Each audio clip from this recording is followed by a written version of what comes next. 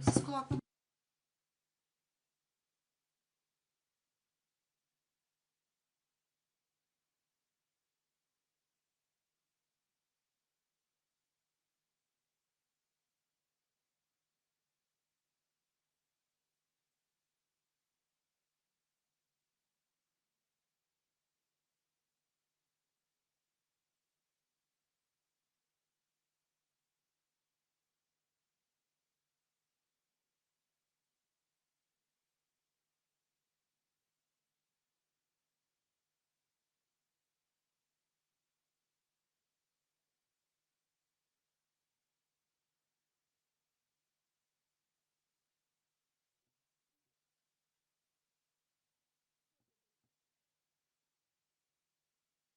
I'll be watching from backstage.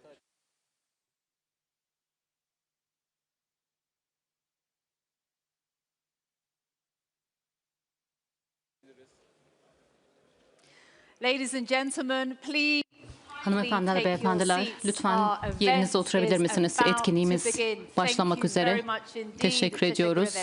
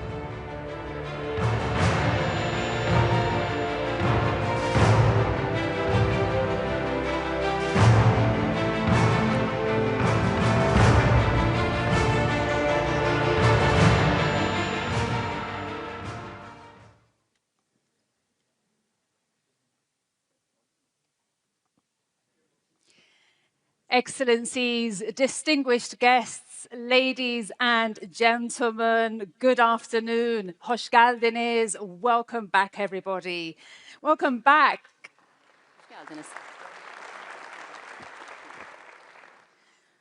Welcome back and welcome to Ankara and welcome back to the plenary stage of the NATO Summit Defence Industry Forum. We are also broadcasting live, so welcome to those of you who are joining us now online.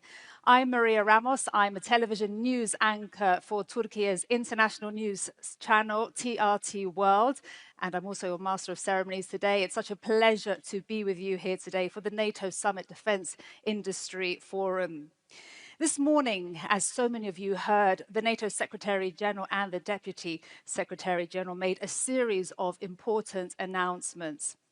And they demonstrated how the alliance is uniting, innovating, and also delivering on production capacity and also on the capabilities that matter the most. And you can read all about these announcements on the NATO website and also, of course, in the press.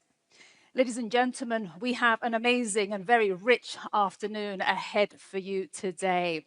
And we have gathered here heads of state, ministers, CEOs from a very wide range of industries. And they will be sharing how NATO is working to deliver on its commitment to rapidly ramp up defense industrial production and innovation across the alliance. And before we begin, please, phones on silent. Ladies and gentlemen, let's start. Please join me in welcoming to the stage the Minister of National Defense of Türkiye, Yaşar Güler. Excellency, the stage is yours.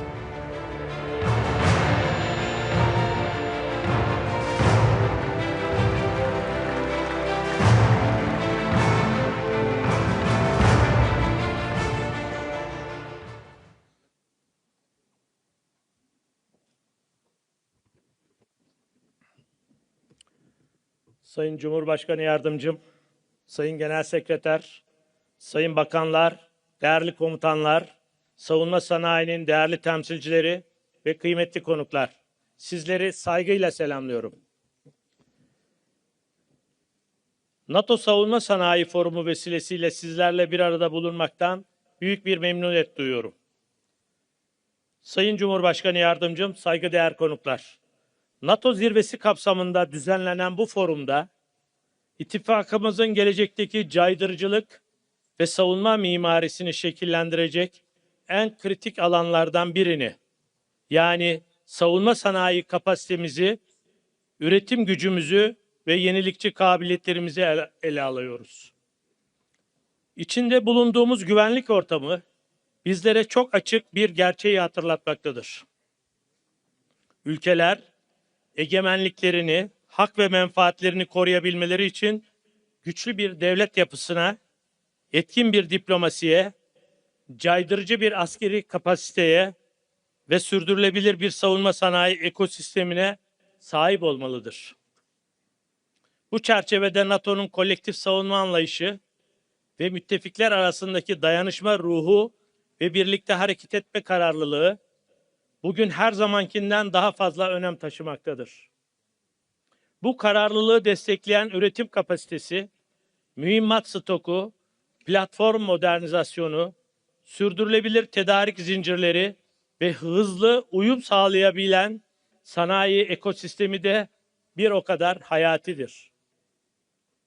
Nitekim Ukrayna'daki savaş, modern harp ortamında mühimmat tedariki hızının, insansız sistemlerin, hava ve füze savunmasının, elektronik harbin ve hızlı inovasyonun ne kadar belirleyici olduğunu göstermiştir.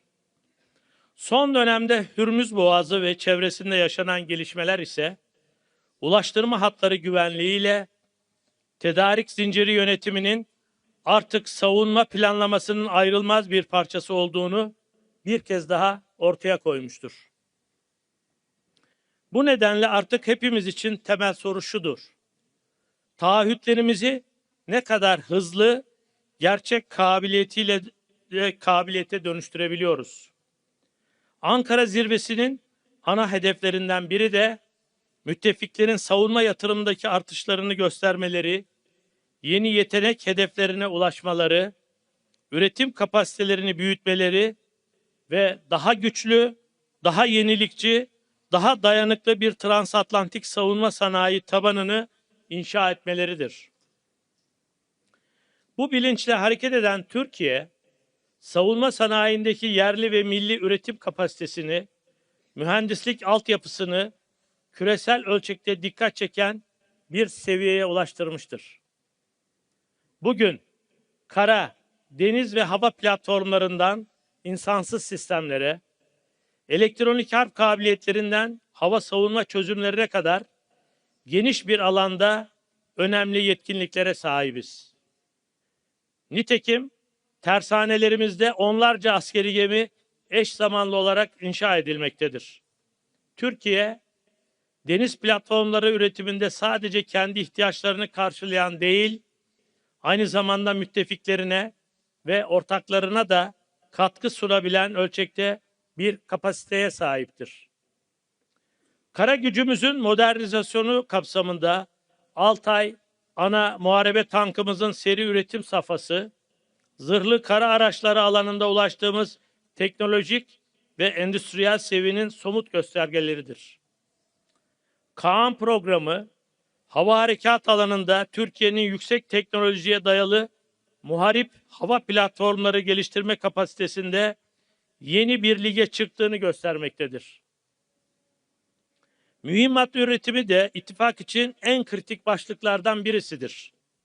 Son yıllarda 155 milimetrelik mühimmat üretim kapasitemizi çok hızlı biçimde artırdık ve bu alanda somut sonuç üreten müttefiklerden birisi olduk. Roketsan'ın yeni üretim ve entegrasyon yatırımlarıyla füze ve mühimmat üretim kapasitelerimizi önemli ölçüde büyütüyoruz. Aselsan ve Havelsan gibi şirketlerimizin radar, elektronik harp, haberleşme, komuta kontrol, yazılım, simülasyon ve yapay zeka destekli sistemler alanındaki yatırımları ise savunma sanayi kapasitemizi yalnızca nicelik olarak değil, nitelik olarak da ileri taşımaktadır. Tüm bunlarla birlikte NATO'nun %5 savunma yatırım taahhüdünü de önemli görüyoruz. Zira bu taahhüt aynı zamanda ittifakın caydırıcılığını güçlendirme, savunma üretimini ölçeklendirme ve ihtiyaç duyduğumuz kabiliyetleri zamanında sahaya yansıtma iradesinin somut göstergesidir. Sayın Cumhurbaşkanı Yardımcım, değerli konuklar, yaşanan savaşlar ve çatışmalar göstermiştir ki sahadaki başarı yalnızca mevcut stoklara değil, aynı zamanda hızlı öğrenme, hızlı üretme ve hızlı uyarlama kapasitesine bağlıdır. Drone teknolojilerinden elektronik harbe, mühimmat üretiminden yazılım güncellemelerine kadar birçok alanda askerler, mühendisler, girişimciler ve karar vericiler arasındaki mesafe kısaldıkça cephedeki etkinlik de bir o kadar artmaktadır. Bu nedenle bizlerin görevi barış zamanında bu işbirliği kültürünü inşa etmektir. Kriz ortaya çıktıktan sonra üretim hattı kurmak, tedarik zinciri oluşturmak veya ortak standart geliştirmek çok geç olabilir. Hazırlık bugünden yapılmalıdır. Çağrımız açıktır. Taahhütleri kabiliyete dönüştürelim. Kaynakları üretime dönüştürelim. Sanayi gücümüzü caydırıcılığa dönüştürelim ve ittifakımızın güvenliğini sözlerle değil, sahada karşılığı olan somut kapasiteyle güçlendirelim. Bu çerçevede forum boyunca yapılacak temas ve değerlendirmelerin gerçek projelere, ortak girişimlere, üretim mutabakatlarına ve kabiliyet çıktılarına dönüşmesini temenni ediyorum. Bu duygu ve düşüncelerle sizleri bir kez daha saygıyla selamlıyor ve tüm katılımcılara teşekkürlerimi sunuyorum. Thank you.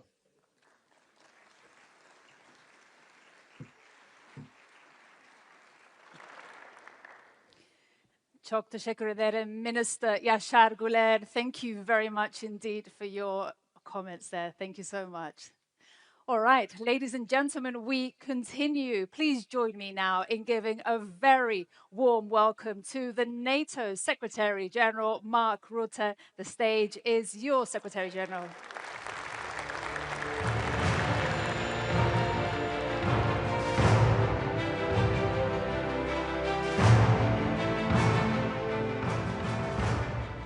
Thank you, Maria, Mr. Vice President, Excellencies, dear friends. A good afternoon, everyone, and a very warm welcome to the NATO Summit Defence Industry Forum. As we are in the middle of the World Cup, let me start with a little football analogy. And I do this with a heavy heart, as the Netherlands, my country, has been kicked out, and also Curaçao, which is part of the Kingdom of the Netherlands, has been kicked out of the World Cup. But still, I maintain the football analogy. Because there is something I believe football teaches us. No team wins because of one brilliant player.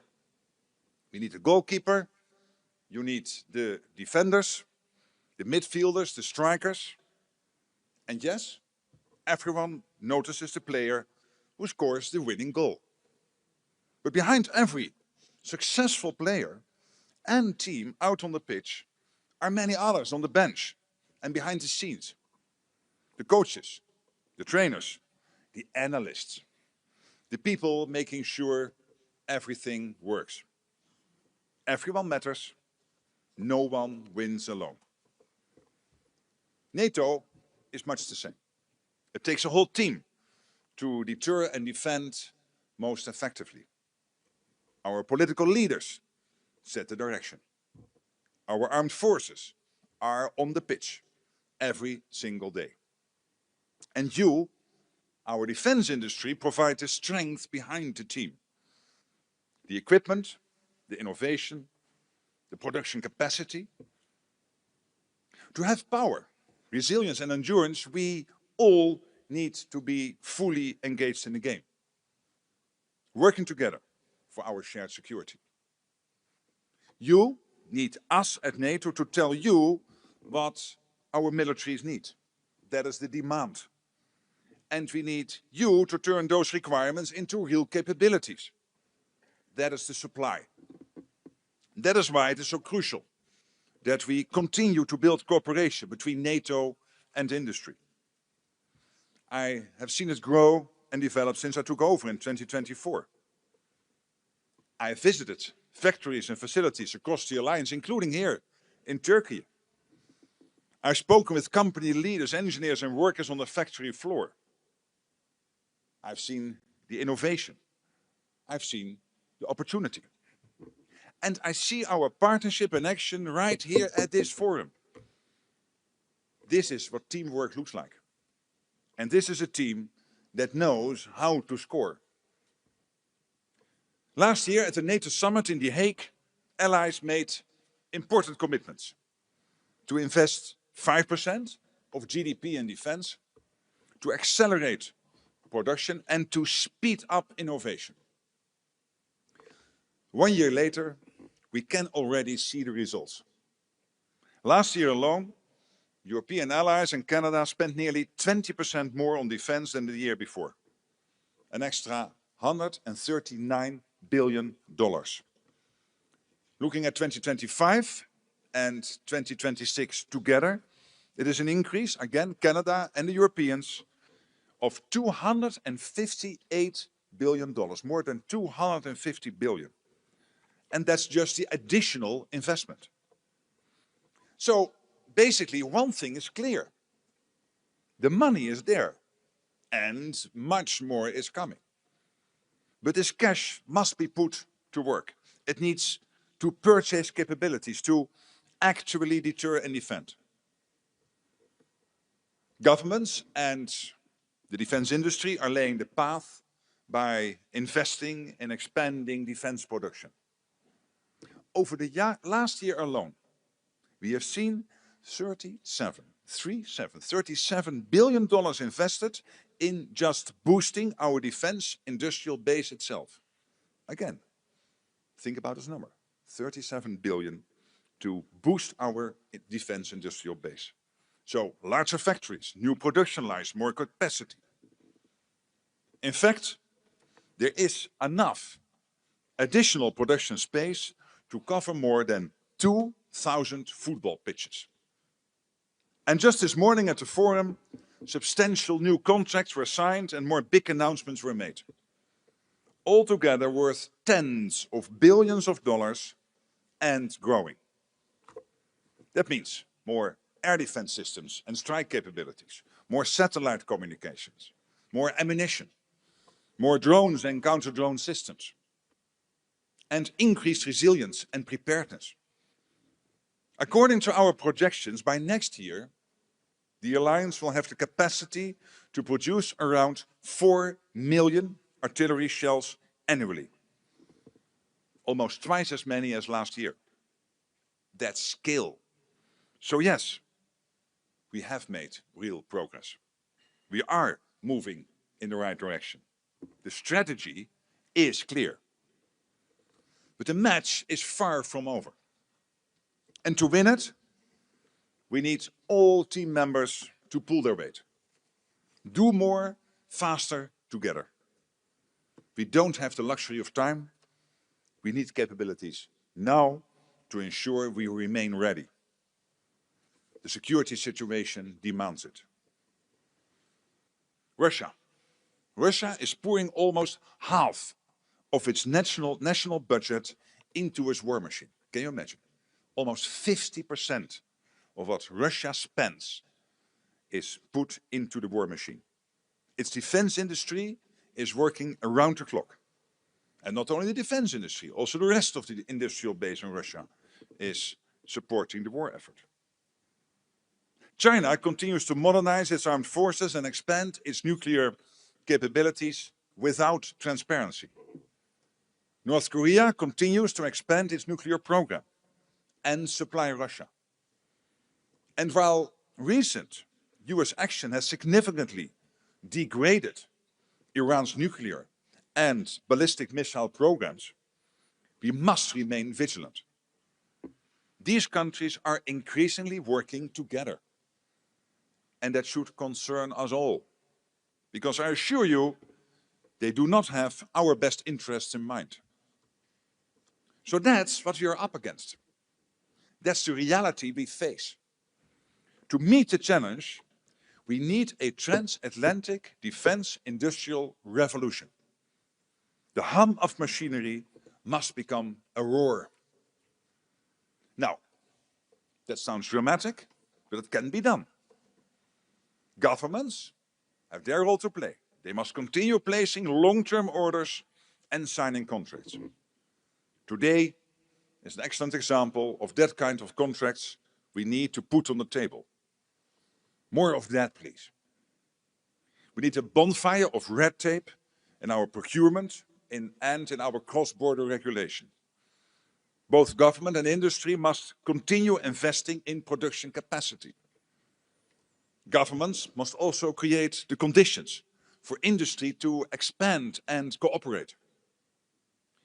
Factories need reliable energy, electricity and fuel.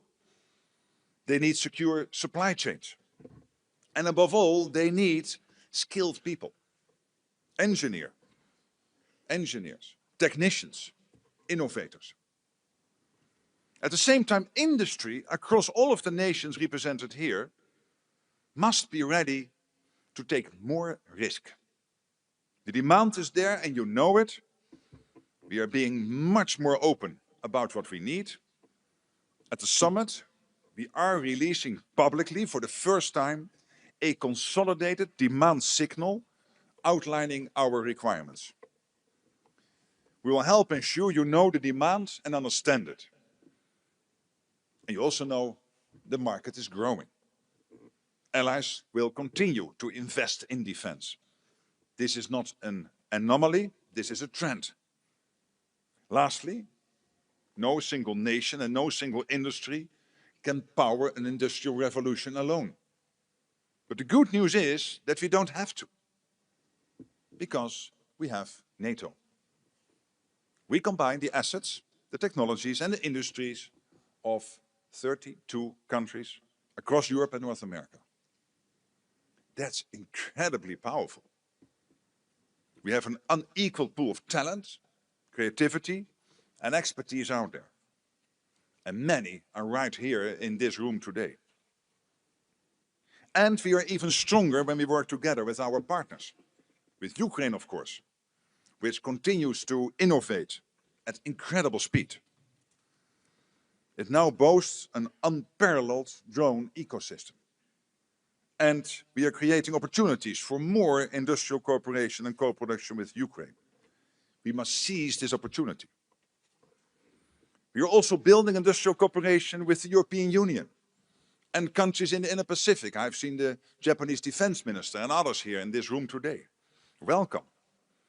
Because when we combine our efforts, we produce more, we innovate faster, and we strengthen all our security. So today, we are on the cusp of the transatlantic defense industrial revolution. I'm asking you to take a leap and show our people that we are ready and capable to protect them anywhere at any time. And show Russia and all those watching today that the transatlantic defense industrial base is mobilizing with purpose. Not in anger, but for our collective security.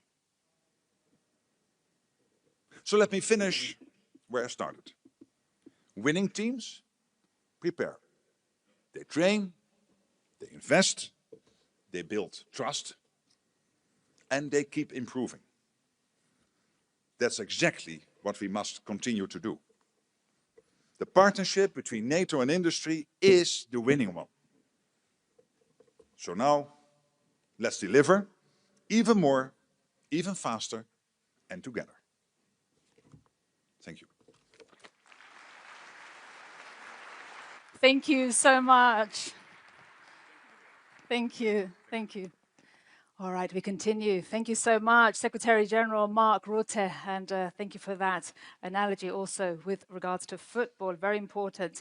All right, for our next keynote, it's a pleasure, ladies and gentlemen, to welcome to the stage the Vice President of Türkiye, Cevdet, Yilmaz. Excellency, the floor is yours. Welcome to you.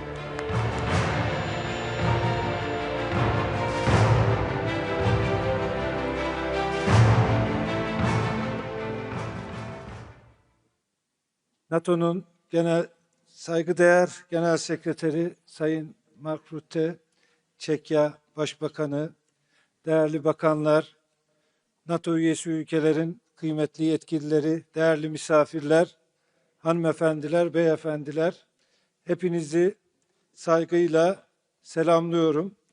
Ankara'ya, NATO Ankara Zirvesi Savunma Sanayi Forumu'na hoş geldiniz diyorum.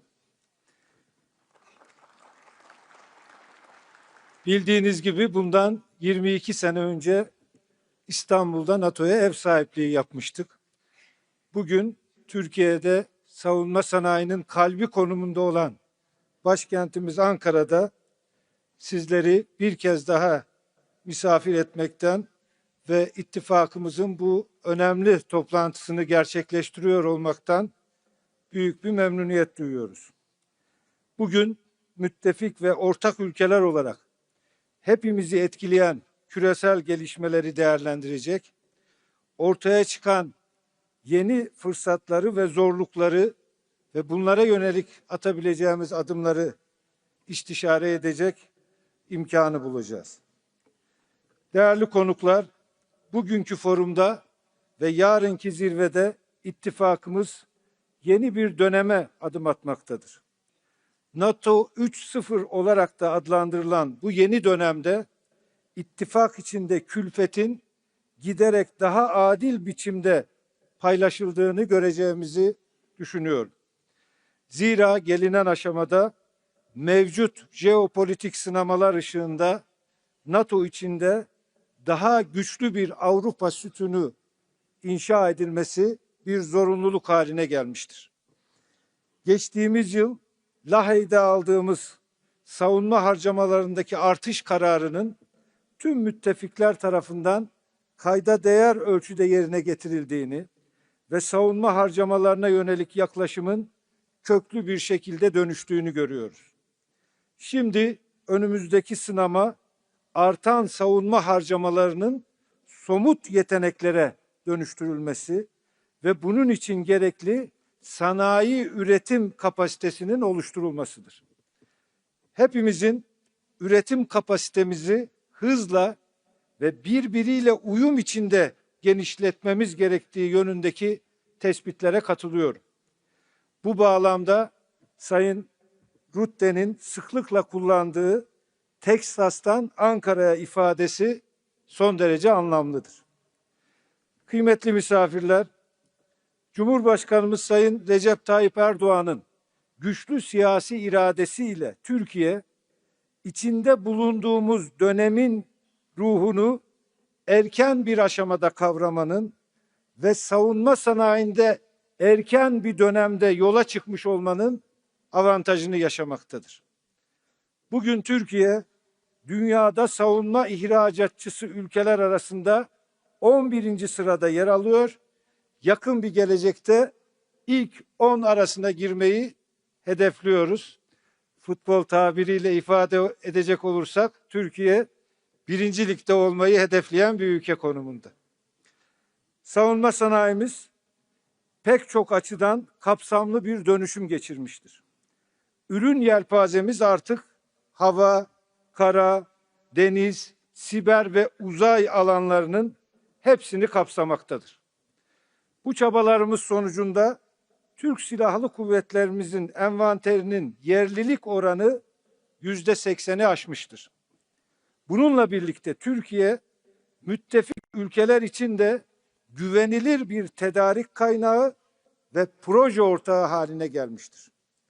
Savunma ve havacılık ihracatımız son bir yıllık dönemde 11 milyar doları aşmıştır. İhracatımızın yarıdan fazlası NATO müttefiklerimize ve Avrupa Birliği üyesi ülkelere gerçekleştirilmiştir.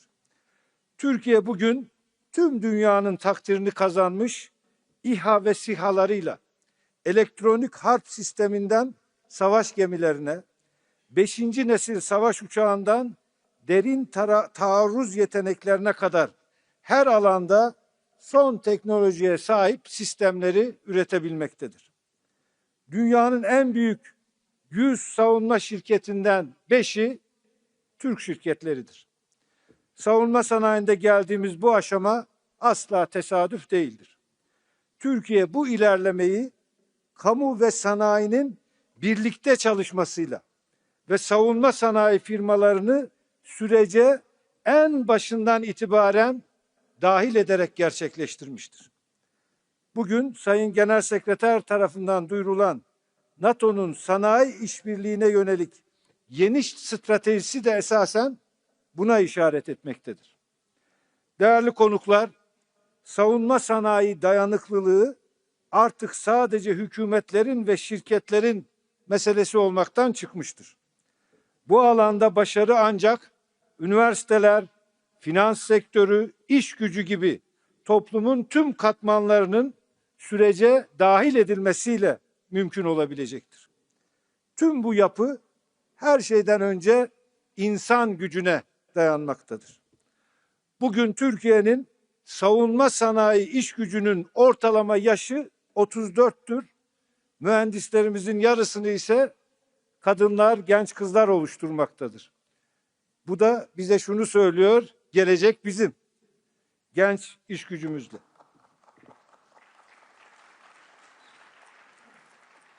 Güçlü bir savunma sanayinin en önemli unsurlarından birinin yetenek havuzunun derinliği olduğunun bilinciyle bu iş gücünü daha da geliştirmeye kararlıyız. Gerek 100.000'i aşkın nitelikli istihdam, gerek hızla artan ihracat, gerekse sivil endüstrilere sirayet eden teknolojik yenilikler ile savunma sanayimiz aynı zamanda ekonomik kalkınmamıza ve sosyal refahımıza da katkı sunmaktadır. Ben yıllarca Kalkınma Bakanlığı yaptım. Savunma sanayi sadece güvenliği değil, teknolojik seviyeyi yükselterek tüm kalkınma sürecini de desteklemektedir. Aynı şekilde yapay zeka başta olmak üzere teknolojinin oyun değiştirici gelişimi göz önüne alındığında savunma sanayinde inovasyonun önemi hiç olmadığı kadar artmış, araştırma geliştirme çabaları sürecin ayrılmaz bir parçası olmuştur. Diğer yandan savunma sanayinin gelişimi için uluslararası işbirliği de kritik önem taşımaktadır. Türkiye bu alandaki işbirliklerini sadece ihracat zaviyesinden değil, müttefiklerle ortak üretim, tasarım ve geliştirme perspektifinden ele almaktadır. Geçtiğimiz hafta Sayın Cumhurbaşkanımızın müttefik parlamenterlere açıkça ifade ettiği üzere savunma sanayi ticareti ve işbirliğinin önündeki engelleri hep birlikte kaldırmalıyız. Müttefikler arasında savunma alanındaki ticari kısıtlamaları ve yaptırımları mutlaka hep birlikte ortadan kaldırmalıyız. İttifakın askeri hazırlık düzeyini arttırmak istiyorsak, kolektif güvenliğimizi güçlendirmek istiyorsak, bu anlamsız yaptırımları, kısıtlamaları hep birlikte masadan temizlemeliyiz. Bu nedenle hem müttefikler arası ikili düzeydeki tüm kısıtlamalar kaldırılmalı, hem de NATO'nun Avrupa sütununa önemli katkı sağlayan Türkiye, başta AB olmak üzere Avrupa'daki tüm savunma ve güvenlik girişimlerine katılabilmelidir. Aksi takdirde üretim kapasitesinin gelişimi yavaşlayacak ve üretim maliyetleri artacaktır.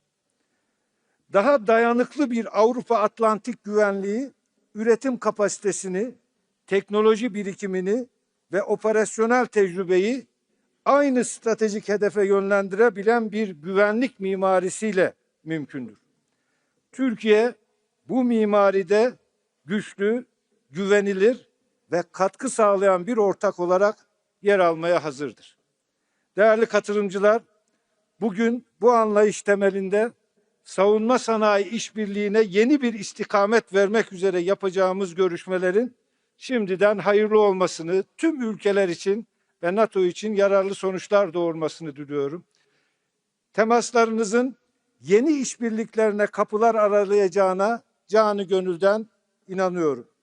Sabah oturumlarında yapılan ve günün geri kalanında yapılacak olan görüşmelerin, anlaşmaların ve duyuruların NATO'nun caydırıcılık ve savunmasına önemli katkılar sağlayacağına ve müttefikler arasında daha güçlü sanayi işbirliği için yollar açacağına eminim.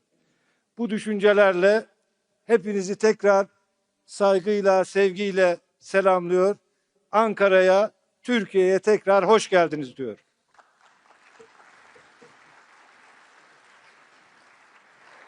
Çok teşekkür ederim Cevdet, Yilmaz. Thank you very much indeed. Thank you.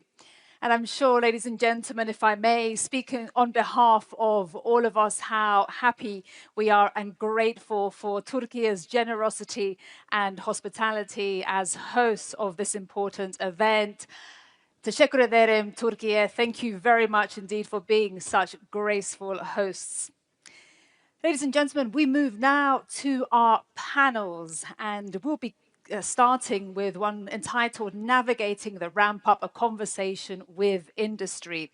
And I think it's clear to everyone in this room that industrial might and military might go hand in hand. And our conversation this afternoon is just that, navigating the ramp up, a conversation with industry.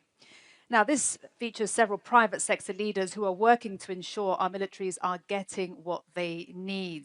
And for this session, we're very happy to have our moderator, who will be Jenna Ben Yehuda, Executive Vice President at the Atlantic Council. And our panelists will be Uwe Horstmann, Chief Executive Officer at Stark Defence, plus Jay Pittman, President of Lockheed Martin International, and Charles Woodburn, Group Chief Executive Officer at BAE Systems. I now invite you all to join me here on stage. Welcome to you. Jenna, hi.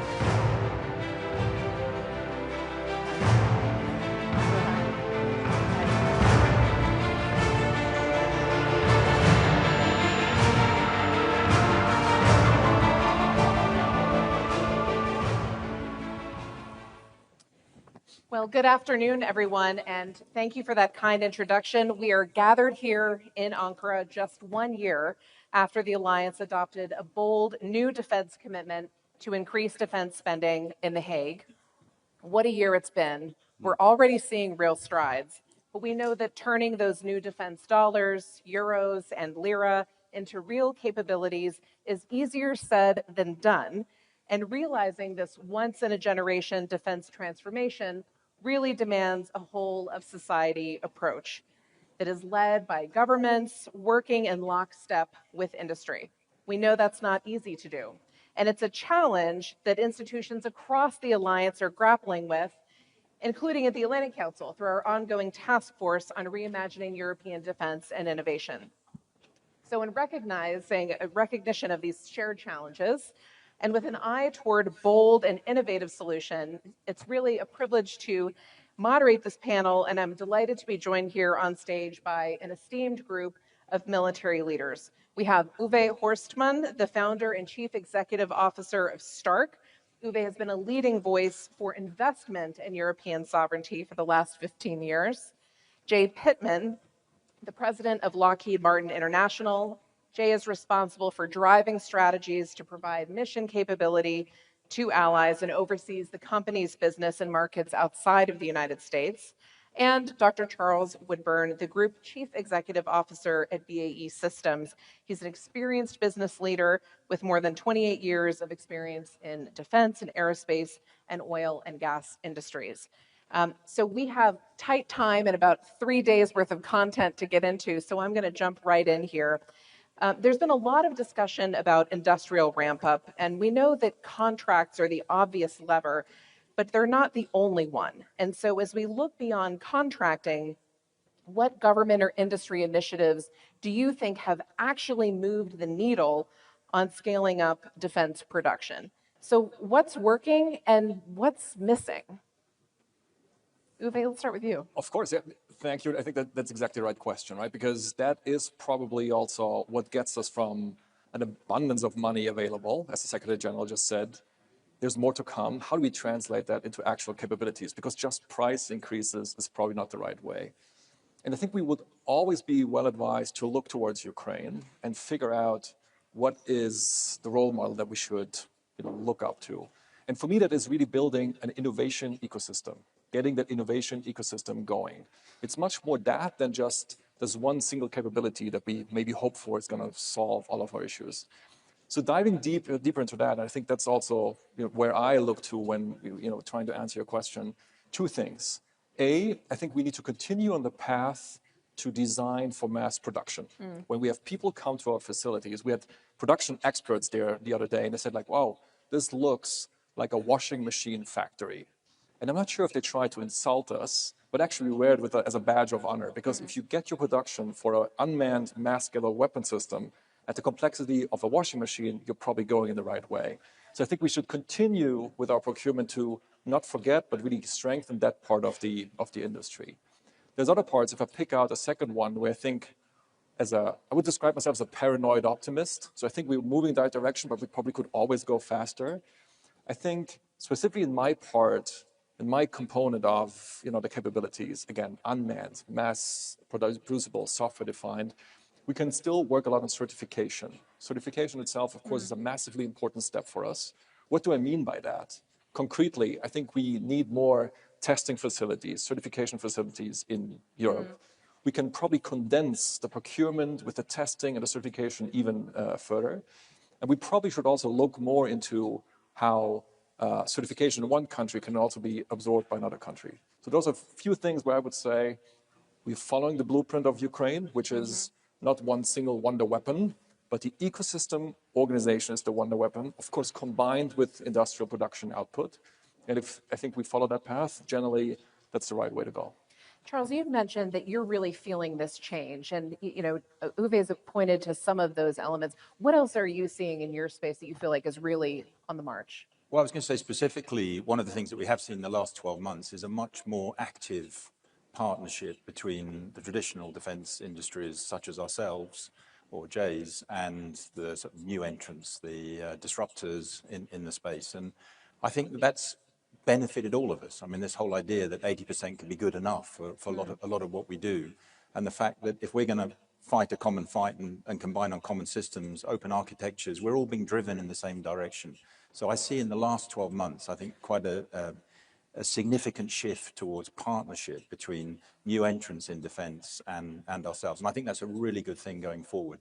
I think to your point, great progress on partnerships generally. I mean, we have some good examples across Europe. I think often people criticize Europe as being quite fragmented, but we should also highlight where we do have really good partnership programs. You've got Eurofighter, or RCV-90, for example, or Type 26 sail into Norway, where we're combining capabilities. I think as SecGen spoke earlier, the importance of a consolidated demand signal is incredibly important. But I think NATO have got a lot better at giving industry what they have. And I think finally, as a global player, and Jay would be in the same position, where we see countries within the alliance or indeed outside the alliance doing sort of best-in-class procurements, and I'll hand over to Jay to talk about the missile procurements, the ramp-ups in the US, they look genuinely best in class, the way those contracts are being structured. It's important that we explain that to our other global customers, because where we see good, it's important that everybody learns from that. And sometimes as a global defense company, that's a role that we can fulfill. So Jay, I want to give you a chance to respond to that. And you're obviously representing an American company based overseas, looking at the global market. What has your experience been like of this shift in the last 18 months? Yeah, at first, obviously, we would like to be considered a global company, but understood fully. But no, Charles, thanks for the tee up. I think we've had lots of good discussion about this. We heard some of it this morning. When you have a better forecast of aggregated demand, you look at it in a multi-year situation, industry can show up differently. There's creative things we can do in terms of capital and financing and requirements to be able to drive through the supply base. As many know, the Department of War's acquisition transformation strategy and some of the things that have gone on within the United States has really done a generational shift in how we get at what they call framework agreements. I'm proud from Lockheed Martin. We were kind of the first to the party in terms of being able to go sign and document out one of those framework agreements, now multiple framework agreements. And what it's doing is we're not talking just normal stair-step increases in things like munitions. In some cases, we're quadrupling production lines. And it's not just borne on the expense of the US government and trying to facilitate us. It allows industry, it allows supply chain to go off and invest differently, think differently of how we show up. So from a Lockheed Martin perspective, it's allowed us over a few-year period to invest about $9 billion in terms of capital and in infrastructure and site expansion, additional sites, et cetera. But as Charles was saying just a moment ago, I hope that lends as a message that if we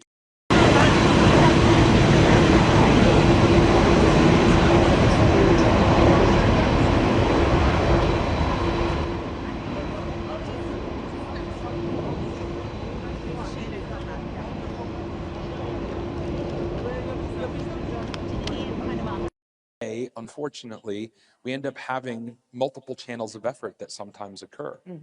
We might have efforts in the United States, we might have efforts across Europe, we might have efforts across NATO, we have efforts beyond, obviously, those countries and regions on the world stage.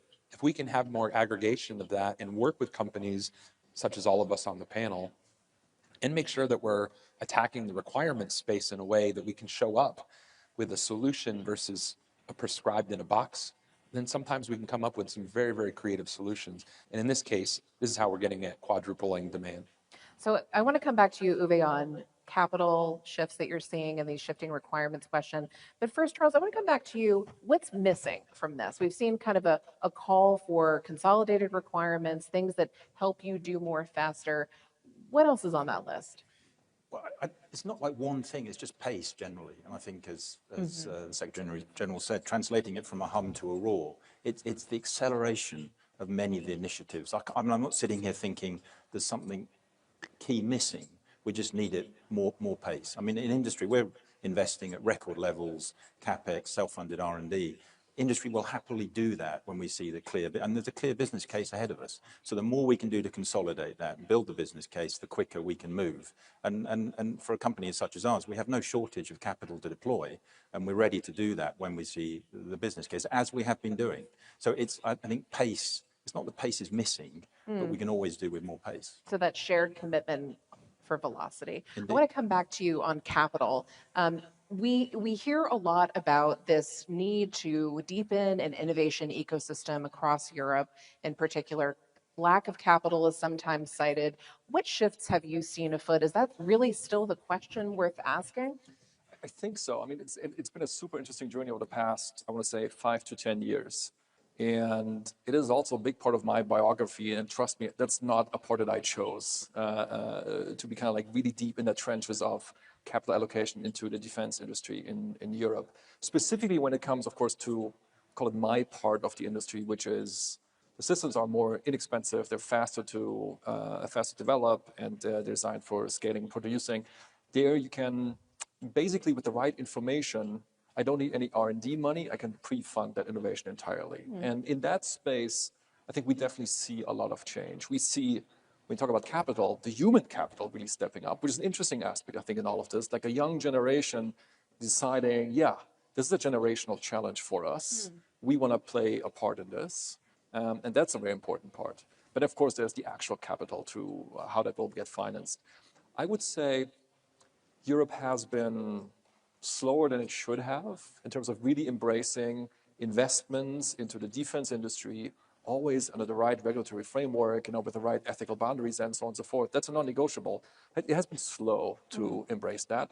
Not so much slow in recognizing the problem, but just slow in enacting the changes necessary. Because for me, 2 years, and that's maybe 2 to 3 years, is a bit of a description for a time frame where it really started to happen and now it's really in full swing. That's a long time. And, I'll be the first to proudly state this.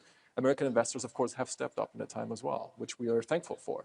And that only led to the situation that now a company like ours is possible, where we'll, in that 2 years that we're around, take the next 2 years, into that, we'll probably spend $1 billion on research and development and production expansion. And that is money that was not there really before. So we see a different part of the economy kind of stepping up, going into.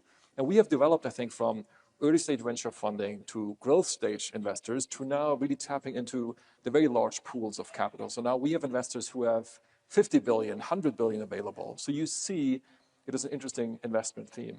And that is good that way because, of course, we need to bring it all together. The technological innovation, the procurement processes, which of course for us also a big unlock to attracting capital. The human capital, I think sometimes we underestimate how important it is, what power we have as industry. If you can make it clear to the people out there that it is okay to work in defense, it is okay if you're an engineering talent to think about how to defend your home country and the alliance. And of course the actual capital, which is also needed. And which also to a certain degree, at least in my part of the whole stack of military systems, can replace taxpayers' money, but can really replace also the R&D funding. So Jay, I want to turn to you. You're at a different part of this spectrum within the space.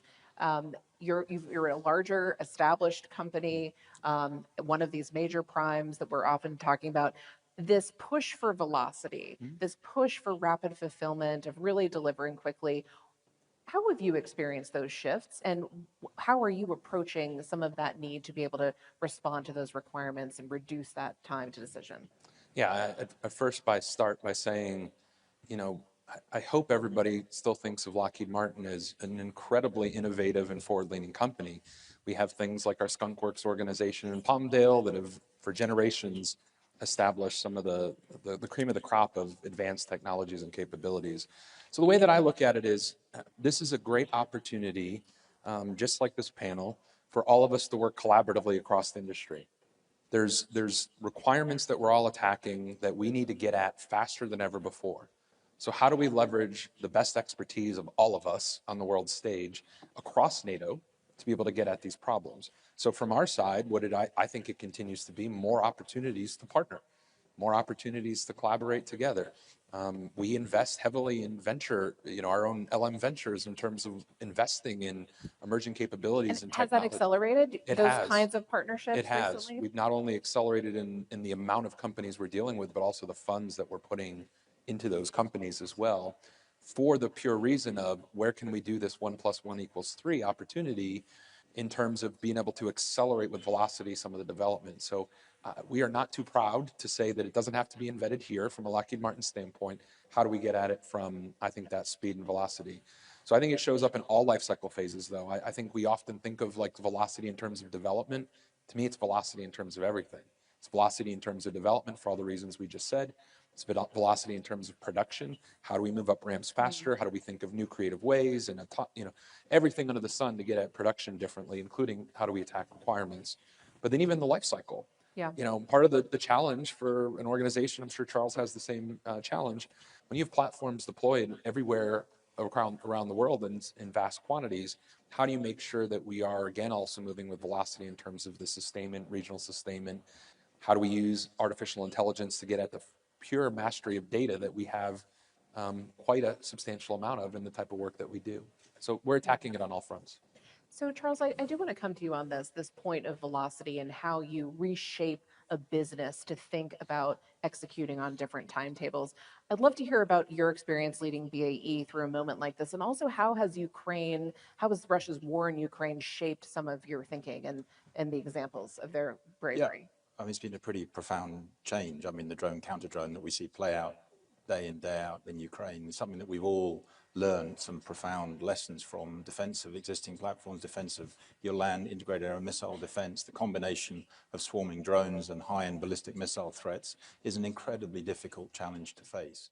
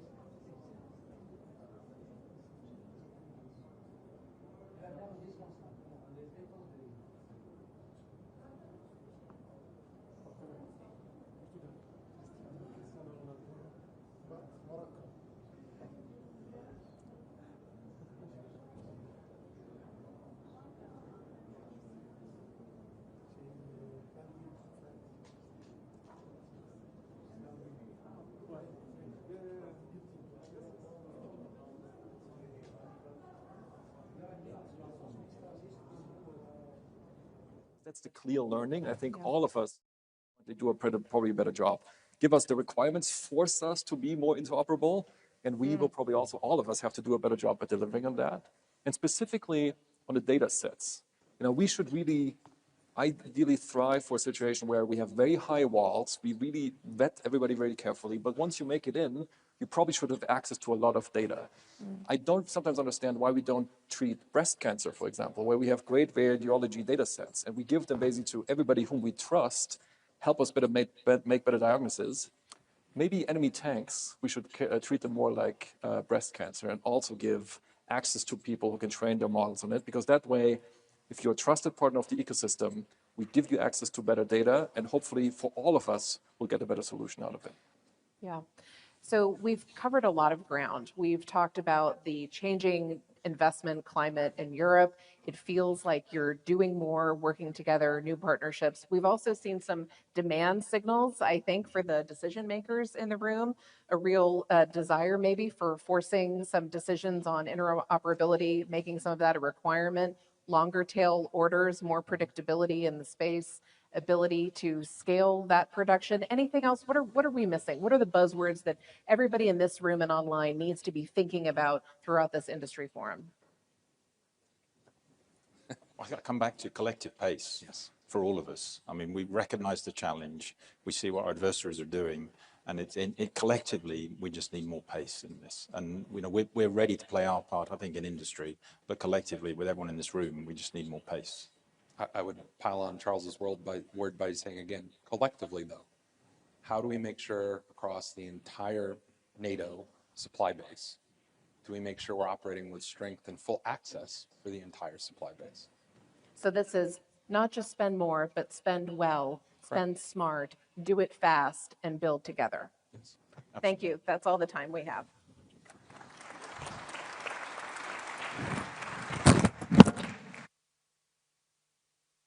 Thank you so much to Jenna and her panelists. Another round of applause. Thank you very much indeed. Thank you.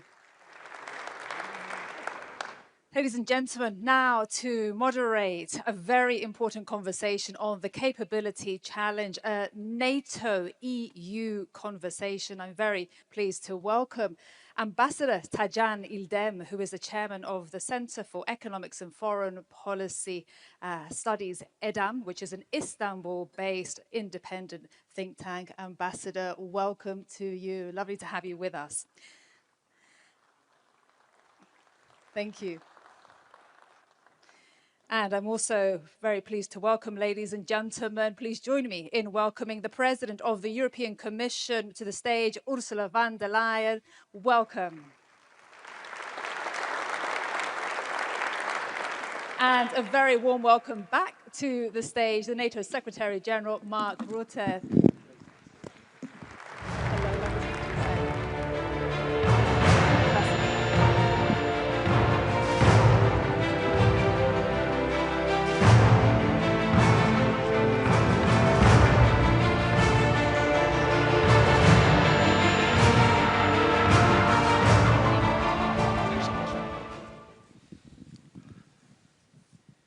Well, we are at a very important segment of this gathering, and I have witnessed your excitement, Mr. Secretary General, during the signing ceremonies, and also when you were announcing some of the initiatives on the part of NATO in engaging with industries. It is now your time as two leaders of both NATO and the European Union to have a conversation, and it was gratifying for me to see both leaders co-authoring an article for The Economist, enumerating some of the ideas that you share. And in the article, one thing that struck me was that you argue that Europe's era to outsource much of its defense is over, and that deterrence is no longer with military capabilities, but also having our industries to produce more in a very speedy fashion and in a better way. So we still consider, of course, capabilities as something important. Nevertheless, you may perhaps both discuss a bit on the industrial capacity, innovation ecosystem, and most important, resilience, which has become a currency of security in our time. So perhaps, President von der Leyen, if you can start how you see the new environment in which defense industry has become so important for all of us, both NATO and the European Union. Thank you so much for having us here. This is a great opportunity indeed to show how closely we are working together, the European Union and NATO. Actually, I was just thinking today, one of the reasons is, my dear friend Mark, because we have both experiences on both sides.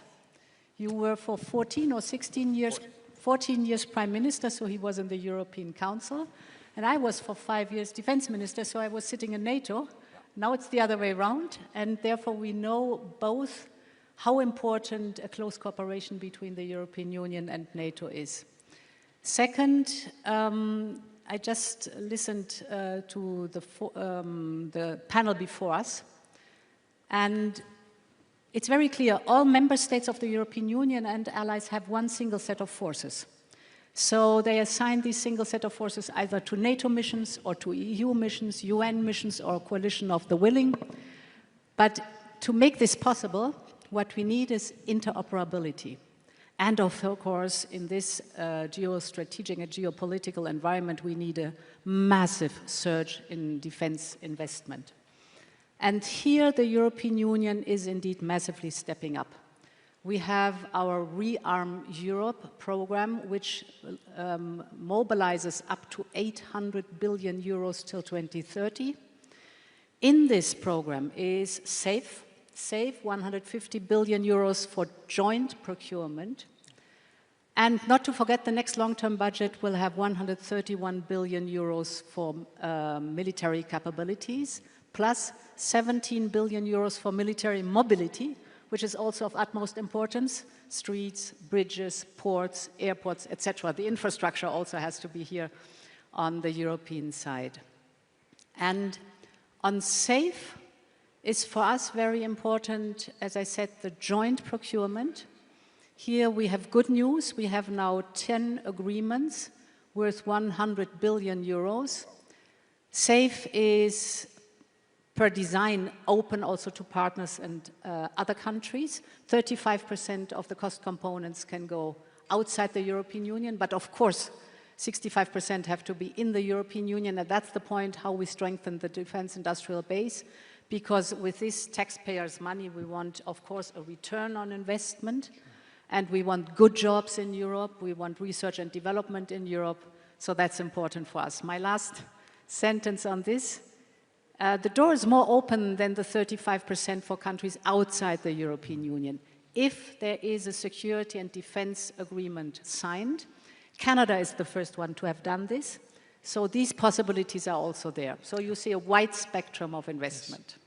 Well, Secretary General, if you can also share your perspectives. Well, basically, I totally agree. The great thing is we know each other so long, and of course, there is a clear division of labor we both agree on. So that's why we can strengthen each other's roles. So NATO is about command and control, capabilities, and standards. Basically, all the other things have to be handled by Europe. And the EU, of course, is crucial there. And 23 of NATO allies are also in the European Union. So most of the NATO allies are also a member of the European Union. And when you look at issues like, indeed, making sure the money is there, the 800 billion, crucial program. But also when it comes to, indeed, military mobility, when it comes to societal resilience, when it comes to developing the defense industrial base. This is all what Europe, the EU, is working on. You appointed Andrius Kubilius, the first defense commissioner, I think in the history of the European Commission. He is working on that with a specific focus under your leadership, and I think that's all evidence. And we've got to do this because the threat is there. We cannot continue as we did, being over-reliant on the United States.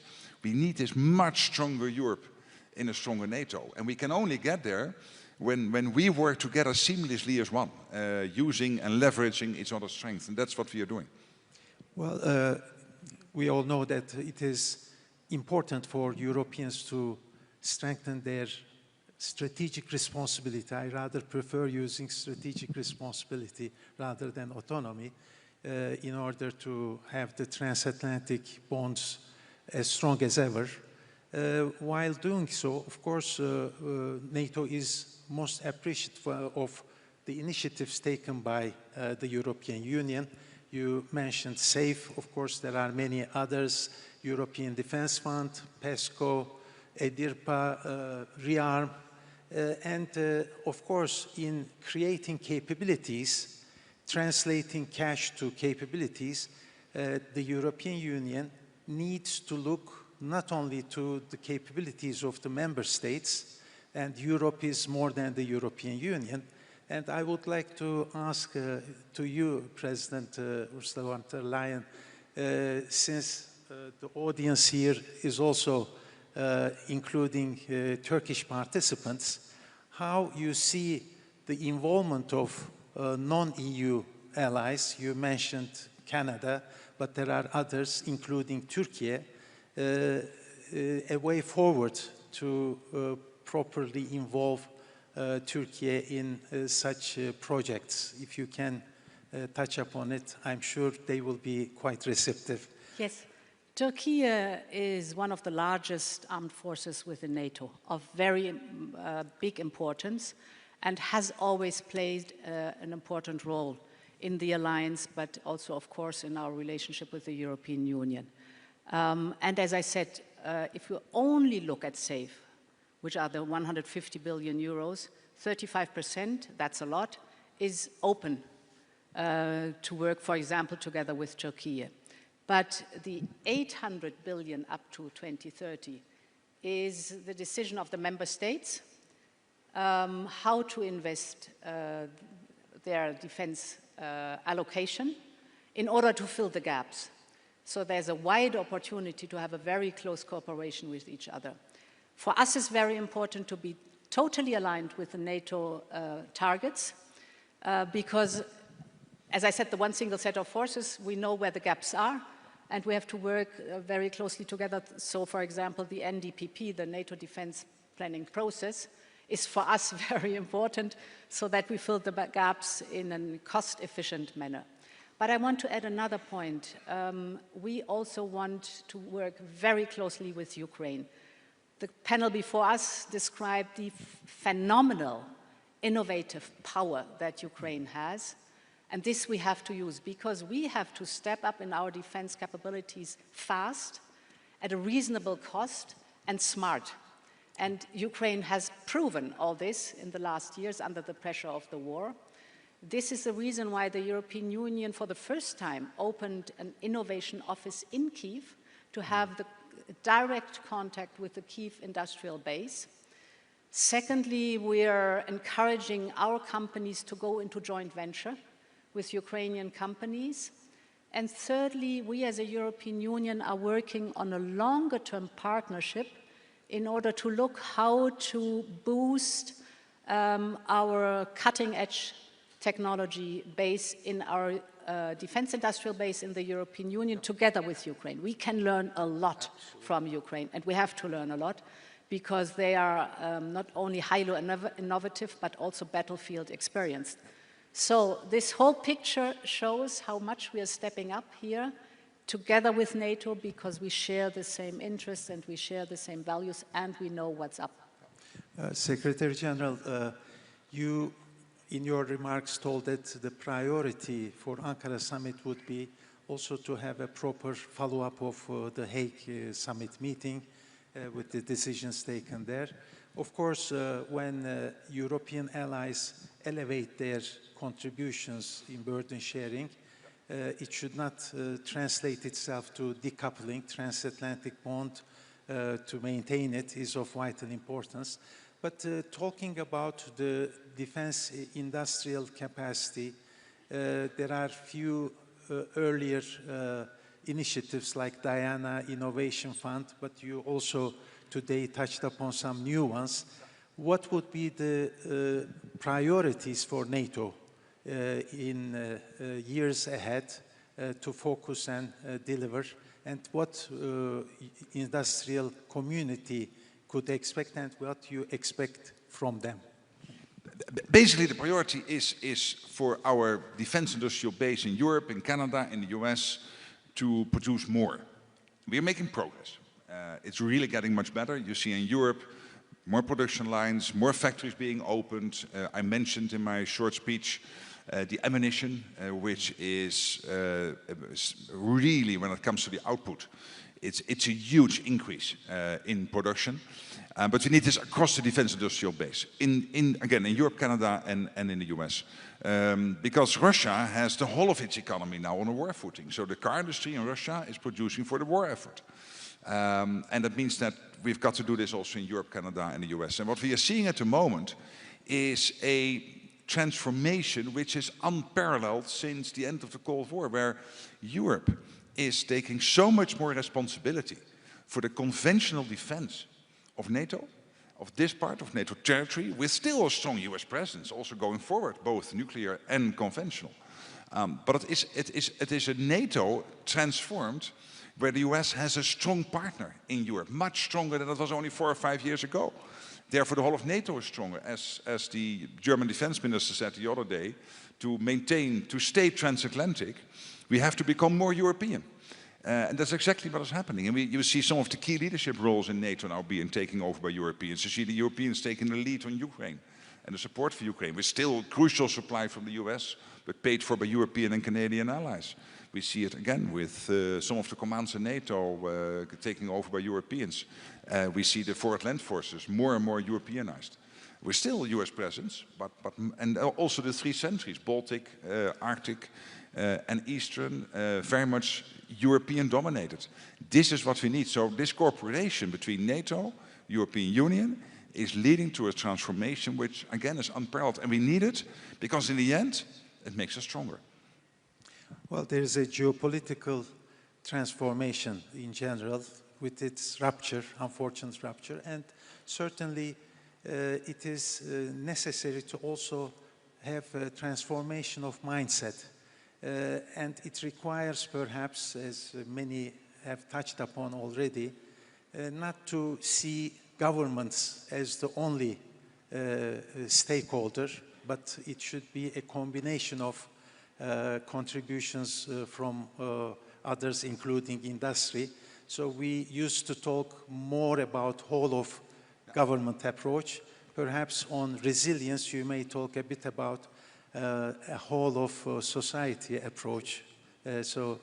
Perhaps we may start with you. Yeah, the whole of society approach is very important because we do not only see the conventional or let's say the military threat out there, but the whole hybrid attacks that we are suffering from are targeting towards the society.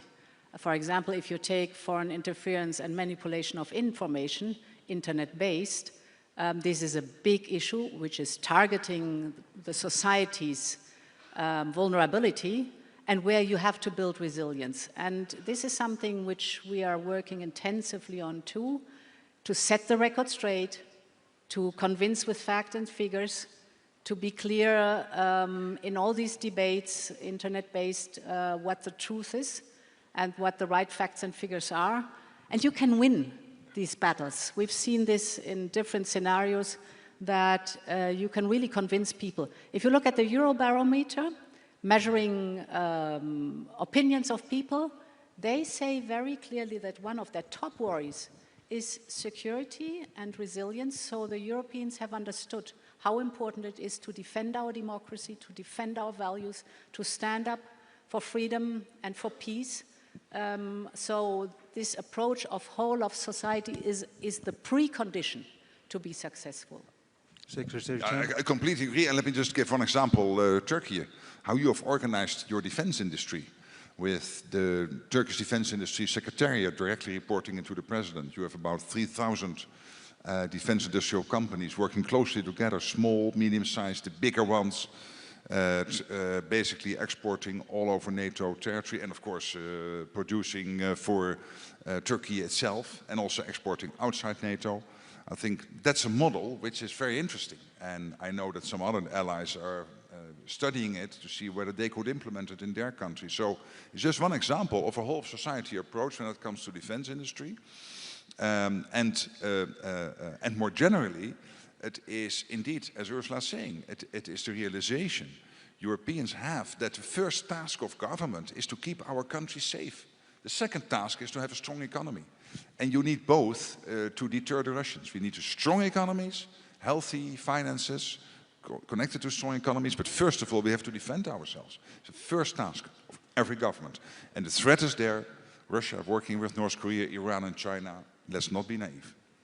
So this forum, in fact, is a showcase of this interaction, strong interaction between governments and industry. I see the clock. It seems that we have come to the end of this important conversation. And once again, thank you for sharing your views. And it's always a pleasure to see both of you. Thank you.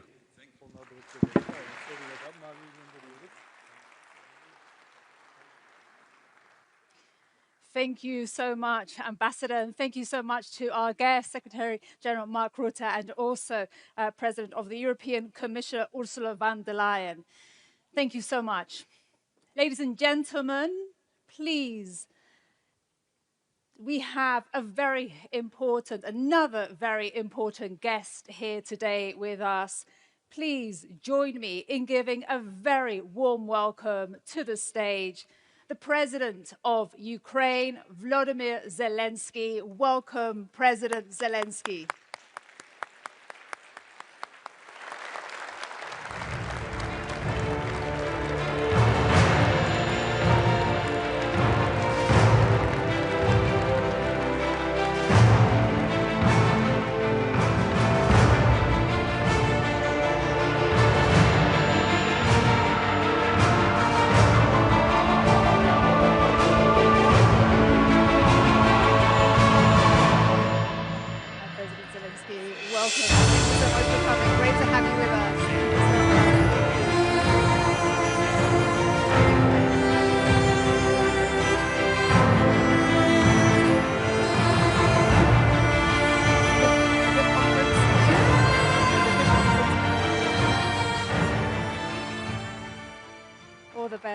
I think the podium is yours now. Thank you very much indeed. Thank you so much. Thank you for the invitation. Thank you. Thank you so much.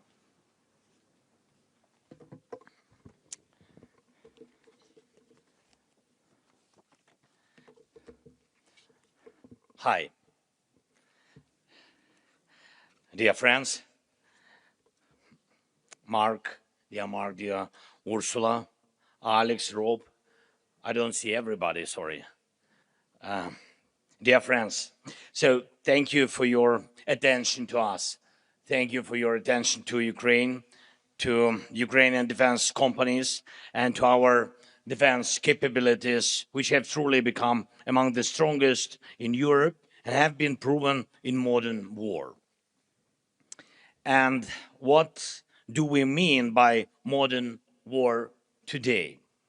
War has changed fundamentally.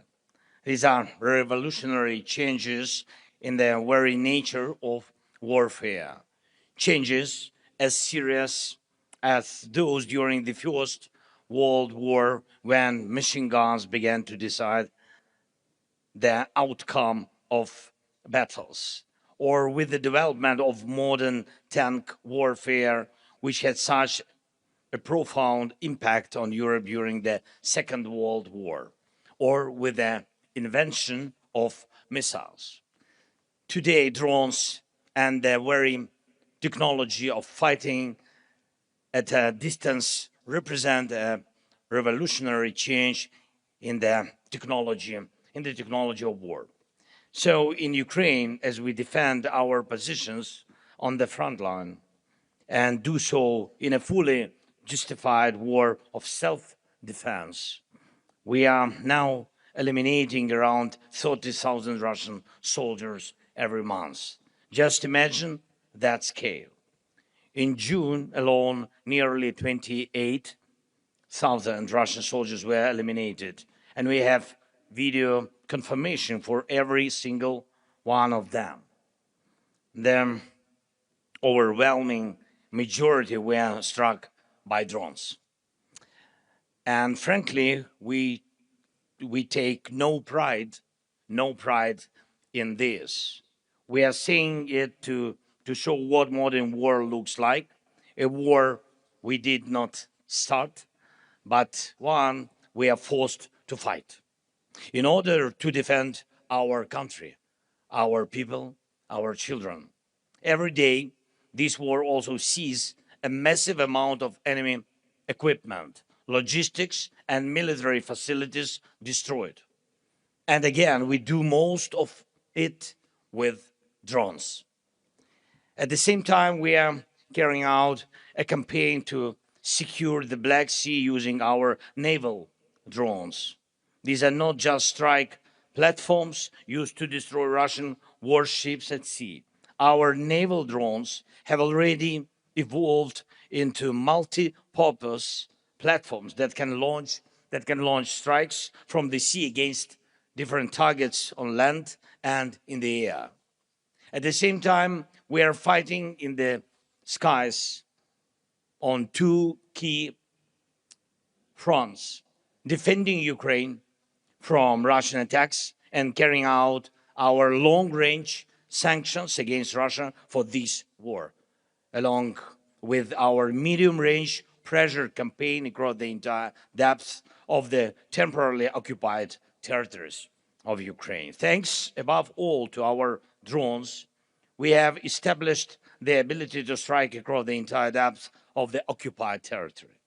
And you see what Russia's massive attacks look like. They are very similar to what we recently saw in the neighboring region when Iranian forces struck their neighbors. Attack drones of different types, missiles, and a large number of ballistic missiles. We have raised our interception rate against Russian Shahed drones to more than 90%. That means thousands of Russian attack drones shut down every week, and with all due respect, no other country had the capability to defend against attack drones at this scale. The reality of this war forced us to build it. And today we defend against hundreds of attack drones every day and night, and thousands every week and every month. Ukraine's defense sector is building that capability even in the middle of a full-scale war.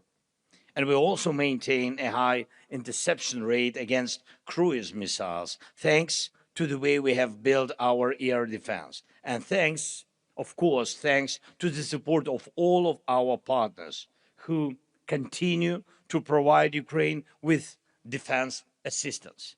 Thank you so much. And I have a question for you. Do you really believe it? Do you really believe it would be right to live outside NATO, a country and a people with this level of defensive capability? If we already have these capabilities, if Ukrainians already know how to fight like this, then it does make sense for these capabilities to become a part of the alliance's collective defense. That would make all of us stronger. And we already see each other as reliable partners, and it would be only natural to become a part of one common security community. The fact is that we will remain next to the source of the problem, Russia, for a long time. Ukraine in NATO is a source of extraordinary defensive capability. In the meantime, we have completely eliminated the very idea of Russia having a strategic area. And you know this country. And for a long time, Russia believed it had a territorial advantage. No one else possessed a deep area where it could safely keep military production, military equipment, and everything its war depends on, believing no one could reach them. And we have reached them. Just yesterday, Ukrainian drones broke through Russia's defenses and struck a Russian oil refinery in Siberia. And this is not an exception. It's the new reality. And there is no major oil refinery left in Russia that has not been struck by Ukraine. I want to emphasize this. Unlike Putin, we are not fighting this war for pleasure or for geopolitics. Russia brought this war to Ukraine, and it's killing our people. It wants to destroy our independence, and we are only defending. From the first day of this war, we are defending ourselves, and we are raising the cost of this war for Russia, and by doing so, increasing the changes for peace.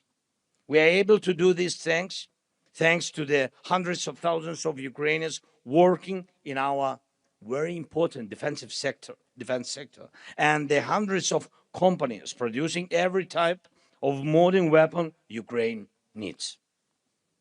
Today, because of this, Ukraine has the world's largest and the most advanced drone warfare capability. And we are offering this capability to our partners through the Drone Deal Initiative. I'm grateful to everyone who has already joined this initiative and to those who are joining it. Drone Deal Initiative, it's not only about buying drones, but also about co-production, fast-track access to the means of protection of critical infrastructure, air defense, and of course, security cooperation. And I also want to thank every leader, every country, and every company cooperating with Ukraine in the defense sector. The European Union, Turkey, NATO countries, as well as countries such as Azerbaijan and the Gulf states and other friends are already our strong partners. And I hope our cooperation will provide our nations with reliable protection against threats. The one thing we still need to do here in Europe is build a strong defense against Russia's ballistic missiles. It's a big challenge, it's true. This is Russia's last major advantage. And as well, and as we have seen from the wars in the Middle East and the Gulf, this is an issue of global importance.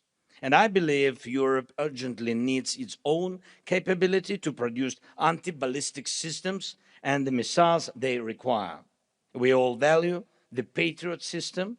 It's an excellent system, and there are others as well, but today's wars have shown that current Patriot production is not enough to meet the growing demand for protection against ballistic missiles. That is a fact. And we must respond to that fact. Those who defend life need more Patriots. We have also discussed Patriot production licenses with our American partners, and I ask you to support our efforts to make this happen. And one final point.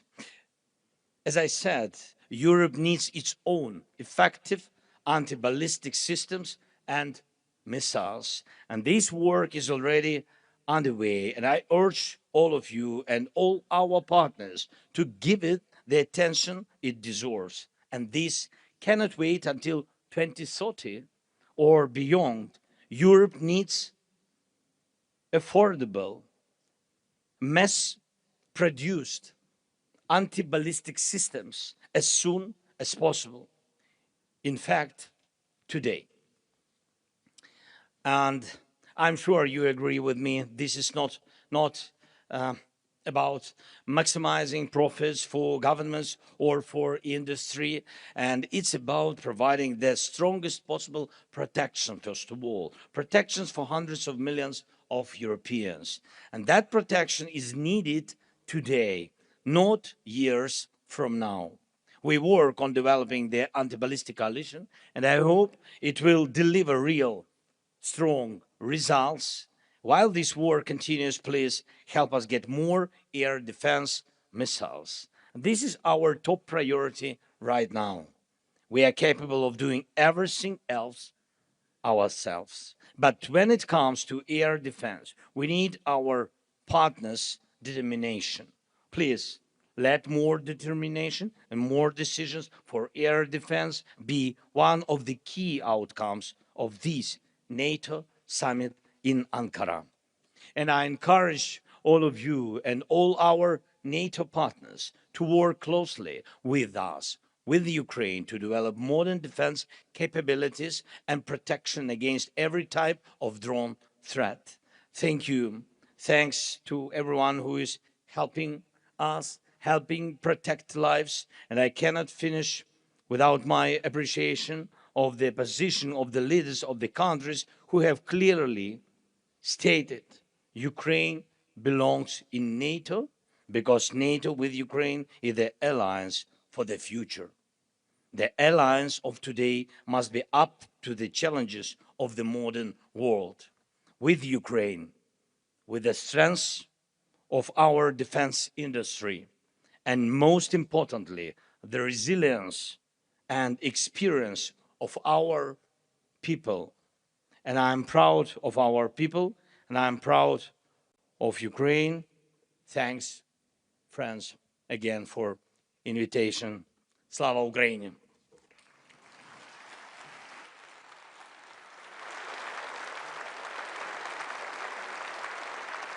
Thank you. Ladies and gentlemen, a very big round of applause for the President of Ukraine, Volodymyr Zelenskyy. Thank you very much indeed, President Zelenskyy, for your powerful speech and speaking to us here in Ankara today.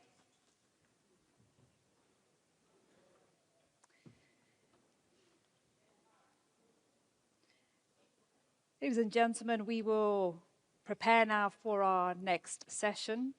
And in today's world, defense industrial preparedness, that depends on a range of factors, and not every lever rests in the hands of military decision makers. Our next panel is entitled People, Plans and Products, a Whole of Society Approach to Industrial Preparedness. And this will give us a sense of this complexity and how different institutions have a role to play and play their part. And for that, I'm very pleased to announce our next moderator, and that will be Anton Laguardia, who is the diplomatic editor for The Economist, and he'll be joined by the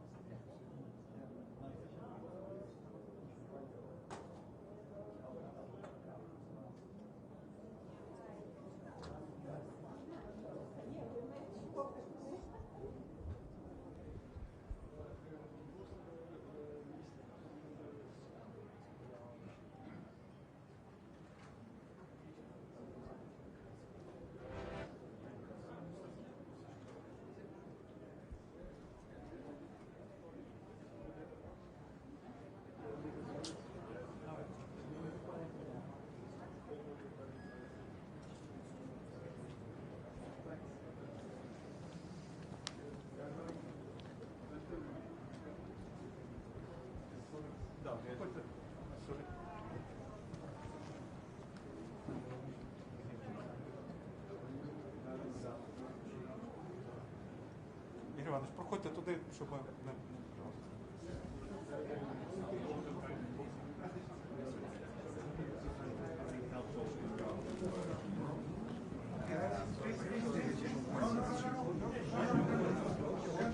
Amazing.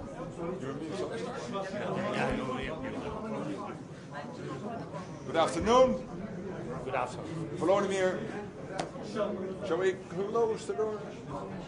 Great. Thank you. Volodymyr, great to see you and welcome to the NATO Summit. What we are seeing over the last couple of months is what you guys are doing. It is really courageous. You are successful in hitting the Russian energy infrastructure, the Russian defense infrastructure, deep inside Russia. As you said in your speech, Putin is willing to sacrifice up to 30, some months even 35,000 of his own men being killed on the battlefield. Can you imagine the enormous loss this is for families and everyone? This is what the Russian president is willing to do. But militarily, it is crucial that you have these successes. Then on the front line, I mean, only 4 or 5 months ago, you still saw the Russians making gains. And now it is much less so. You are much more successful also on the front line. I think there's one big issue we have to work on, that's air defense, air defense, air defense. Making sure your cities, your vital infrastructure is protected. And by the way, when I list all the issues Russia is facing, one of the most important ones is what you're doing to their economy. The economy is in a very bad shape in Russia. So maybe just one message. Let me repeat what I said when I visited with the ambassadors of NATO in Kiev. If you are a young man in Russia today and you contemplate to join the military, you might be one of those 30,000. This month, next month, the months after, you know that your president in Russia, Vladimir Vladimirovich Putin, is willing to sacrifice you. So think about it again before you join the military. And again, thank you for being here and being such an incredible leader and friend. Thank you so much. Thank you, dear Mark. Thank you, you personally, and thanks to President Erdogan and for the invitation to NATO Summit. Thank you for this opening forum, which is very important, Defense Industry Forum. Thank you for organization, and this is important, and I hope that our companies, not everybody, because we have hundreds of the companies, but some representatives of our sector, defense sector, will present what they do, how they do, and I think this is very important to share all this experience with partners. The second point, I agree with Mark, absolutely. We can speak about different initiatives which are important for Ukraine, Danish initiative, Czech initiative, anti-ballistic, the new initiative, but Mark is absolutely, first of all, is very helpful with the Pearl program. Thank you very much. Because of this program, we can get maybe sometimes not too much, but anyway, PAC-3, PAC-2 missiles from the United States. And tomorrow we will speak about different topics with President Trump and also about this. But also what is important is today to find a way how to get as quick as possible, as much as possible, missiles for Patriot systems.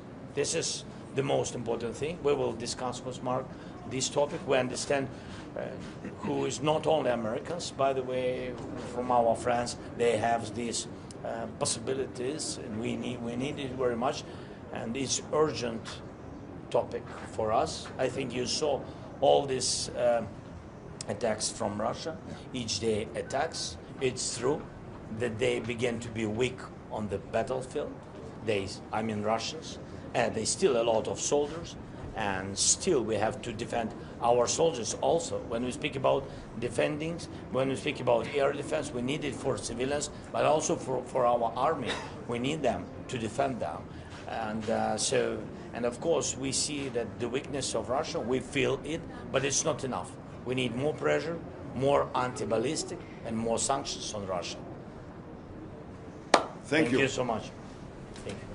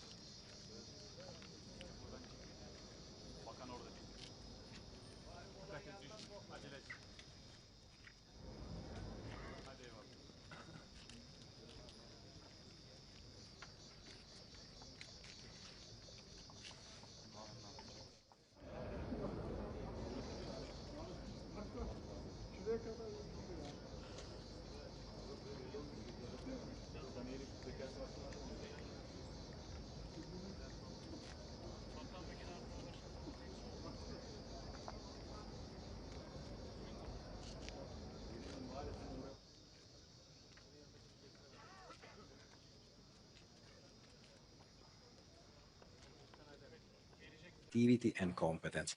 One thing I would like to say is that one common element among all these security, more than defense-related aspects, is the different pace. The fact that time is really of the essence, like it is in war. And therefore, the mindset has to be different. And I can identify specifically two spots where this is specifically applicable. One is as good as possible and not necessarily always excellent, especially if you want to replace in shorter time some capability that you already have.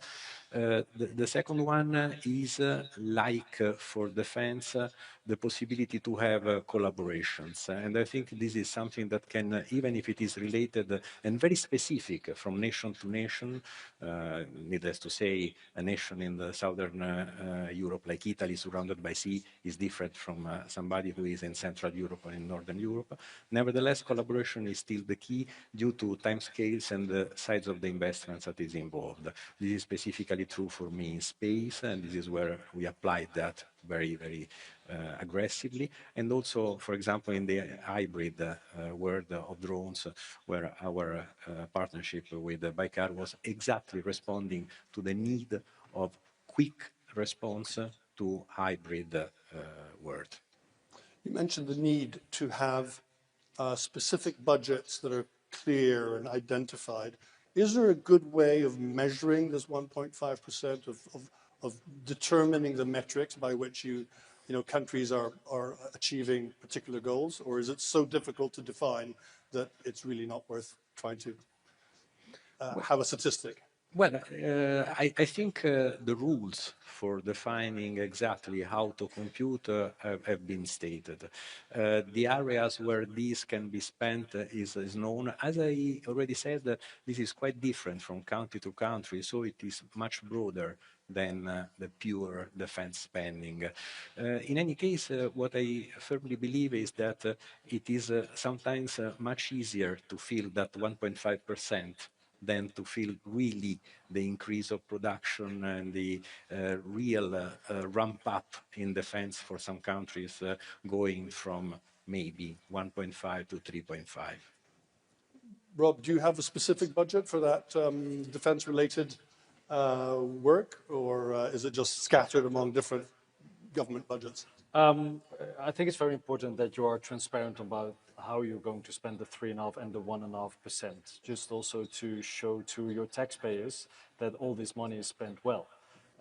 We've tripled our defense budget in just a few years' time because we were just like others lagging behind.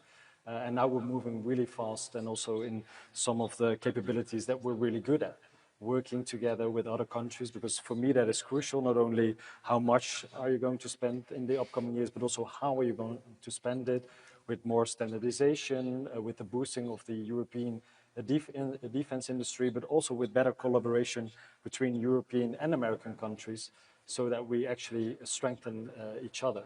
On the 1.5%, I agree that there is some kind of a tailor-made approach for each and every country. For example, in Finland, they already have their shelters, they have millions of people trained. In other European countries, that should be the start of resilience in the years to come. And in terms of the Dutch approach, it is mainly focused on strengthening our local and regional security cooperation. We're really good at conflict management with our local municipalities and with our provinces. But how can we boost that in terms of hybrid threats that we've been faced? For example, if you have a day or few days without electricity or without communication, how to respond, make sure that people know what to do. But for the years to come, it's mainly protecting our crucial infrastructure, because we are one of the main logistic hubs. So that is a different approach than maybe for some other European countries. Alex, you wanted to come in? Yeah, it's probably not an exact science, but 2 points on it. The first one is, sometimes I feel that we are too focused on percentages rather than capabilities. And we think it's sort of an accounting exercise, where at the end of the day, it's not a real accounting exercise.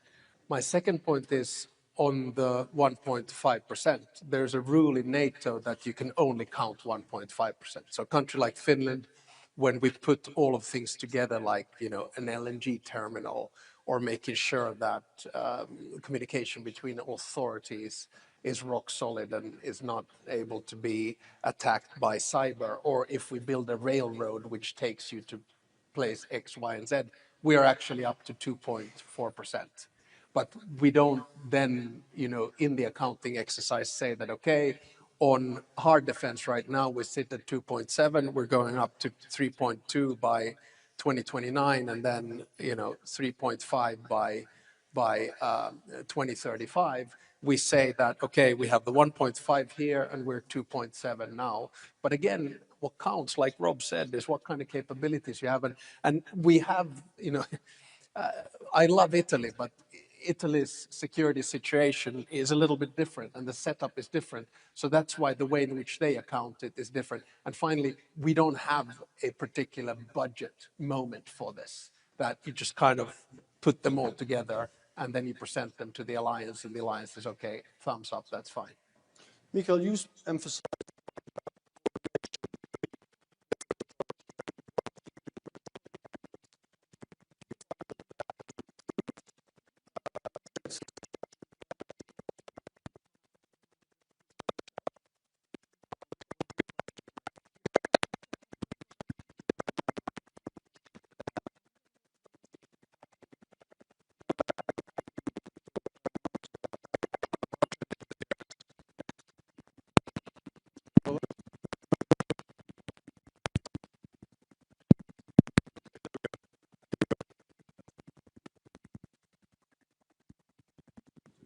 Mine is gone as well. Okay. Try this one then. No, I think we still have a way to go when it comes to what we actually do when things happens. I hear that Finland has a very organized way of and governing things in a proper way quickly. I mean, for us, it's like a drone hybrid threat. Okay, we find them, we know where they are, but what do we do? And who is entitled to do something about that quickly?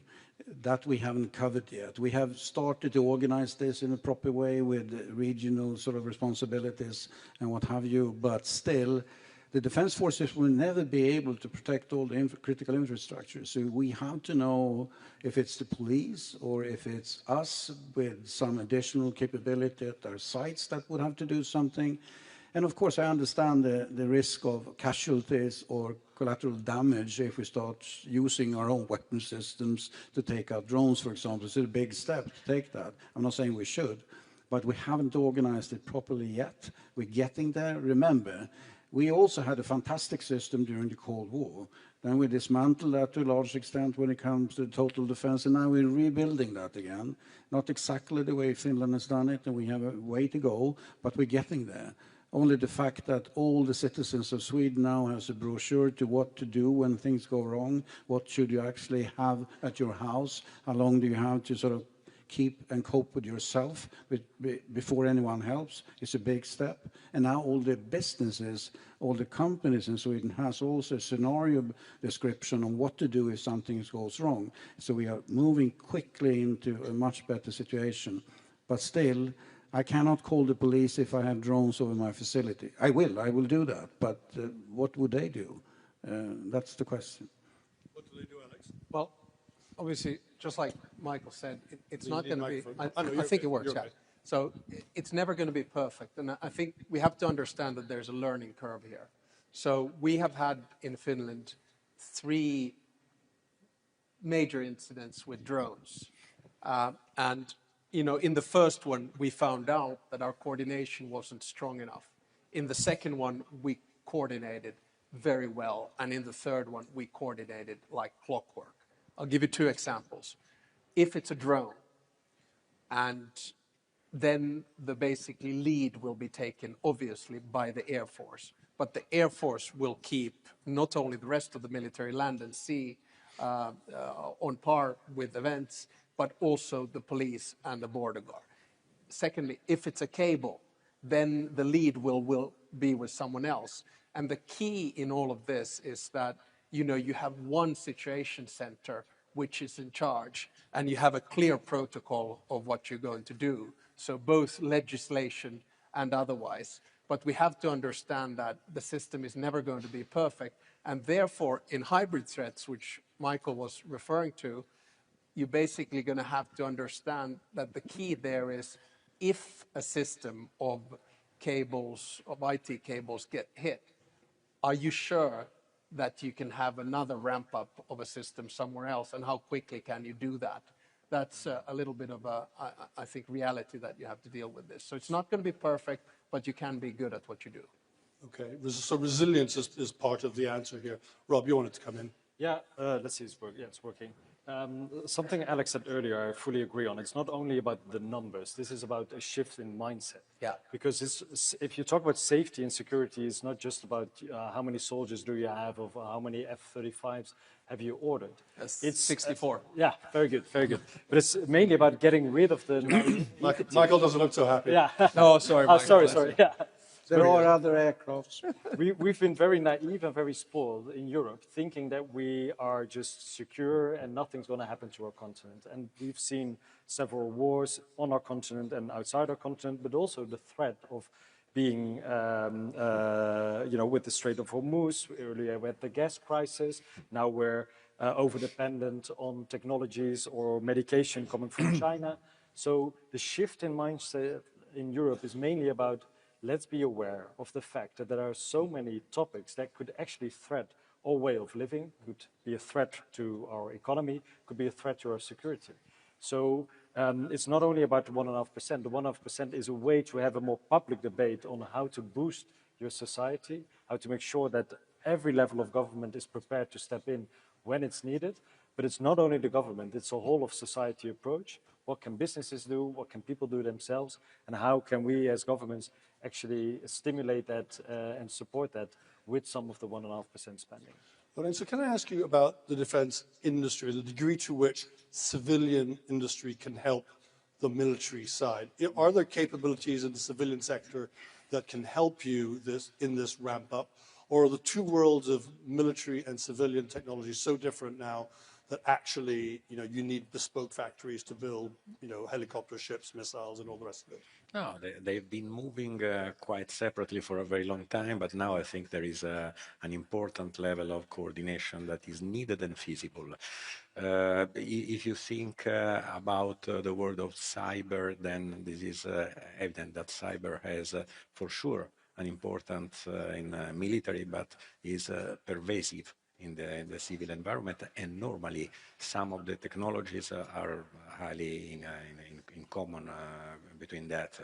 Then there is the simplest element that is the production capability. We are using some production capability, spare production capability from some sectors of civilian industry in order to boost, and I'm sure that other nations are doing the same. And this is probably the easiest thought. In terms of technology, I think there is more and more convergence, also for the reasons, as I said before, that pervasive technologies in the civilian world can help military technologies to be more focused and at the same time to use a gut-feeling approach, a real good for that purpose approach. More in general, I think that then I fully agree we should really stick to the capability that we want to provide. Just to give example for Italy, and I always want to liaise with the security. Of course, border control is a critical element, sea border control. So it's obvious that you do that with ships, with helicopters, with planes that have a lot in common with the military patrolling that is done. So there is a lot about commonality. Then there is a specific element that I think we should tackle with is the message, because in some countries, and Italy of course is one of those, the message related to global security, the link between security and economic wealth is much more palatable than a simpler in words increase in defense spending that is simply filling the inventories with missiles and ammunitions. Mikael, did you want to come in? Well, a couple of comments on technology, but also the broader question. I know I'm saying something that politicians do not want to hear, maybe, but we have to stop sort of looking at defense investments as a burden to the society. If we have decided somehow that we have this threat environment for a long, unpredictable time, let's do the best of that, because it is actually extremely good engineering. It is GDP creating. It is tech spin-off creating activities, and we can actually, because of the sort of interface between civilian capabilities and military or defense industry capability is now sort of being less and less obvious. We can do so much more if we decide to say, okay, this is actually the future. And I think some countries like Germany has really gone that direction by actually almost replacing automotive capability industry with defense industries. On the technology side, I mean, many will go all the way and providing capabilities to the defense forces completely from a white paper coming from nowhere, or from the commercial side. On AI, of course, on connectivity, digital manufacturing, what have you. There are many areas. They are so important. But many of them actually get sort of killed in this death valley because the sort of the system that they think they will get cash flow from is not so, the pace of that system is not what they think it is. So I think we as prime defense industries have a big role in actually managing ecosystem of smaller companies, not sort of acquiring them, but actually connecting them to what we do to deliver capability to the defense forces. That is a model we have to prevail. Over to the politicians. Yeah, you see, I can agree with Michael for the simple reason that I'm in charge of foreign policy and I'm the commander-in-chief, but not in charge of the budget. So I would encourage all of the politicians to listen to this. So I guess my job is more, and this is where I come, Finland and Sweden are the newest members. There's a huge deal on Global Eye published today. And I don't think, the Swedish defense industry or the Finnish defense industry, for that matter, would get these kinds of deals were we not in the alliance. So my commercial break is very simple, that when you look at comprehensive defense, you have to look at number one, networks, right? There you have two very good Finnish companies, Nokia and Bitio. Number two, you have to look at AI. Give you three companies, Sensor Fusion, Insta, and Nest AI. Number three, you have to look at vehicles, Patria. Number four, you have to look at ammo and explosive, Forsit and Nammo. And then number five, you have to look at space. You have ICEYE, Kuva Space, and Reorbit. So my message is, look at the Finnish defense industry. It's fantastic. We were told not to do a sales pitch, but politicians are allowed to do what they want. Rob, did you catch my eye? Yeah. Do you want to sell Netherlands defense industry? Yeah, we'll do the next commercial break. Now, one of the things that we've decided, because we are going to boost our spending also in a very fast pace, but we are going to carve out 10% of our national defense budget for innovation.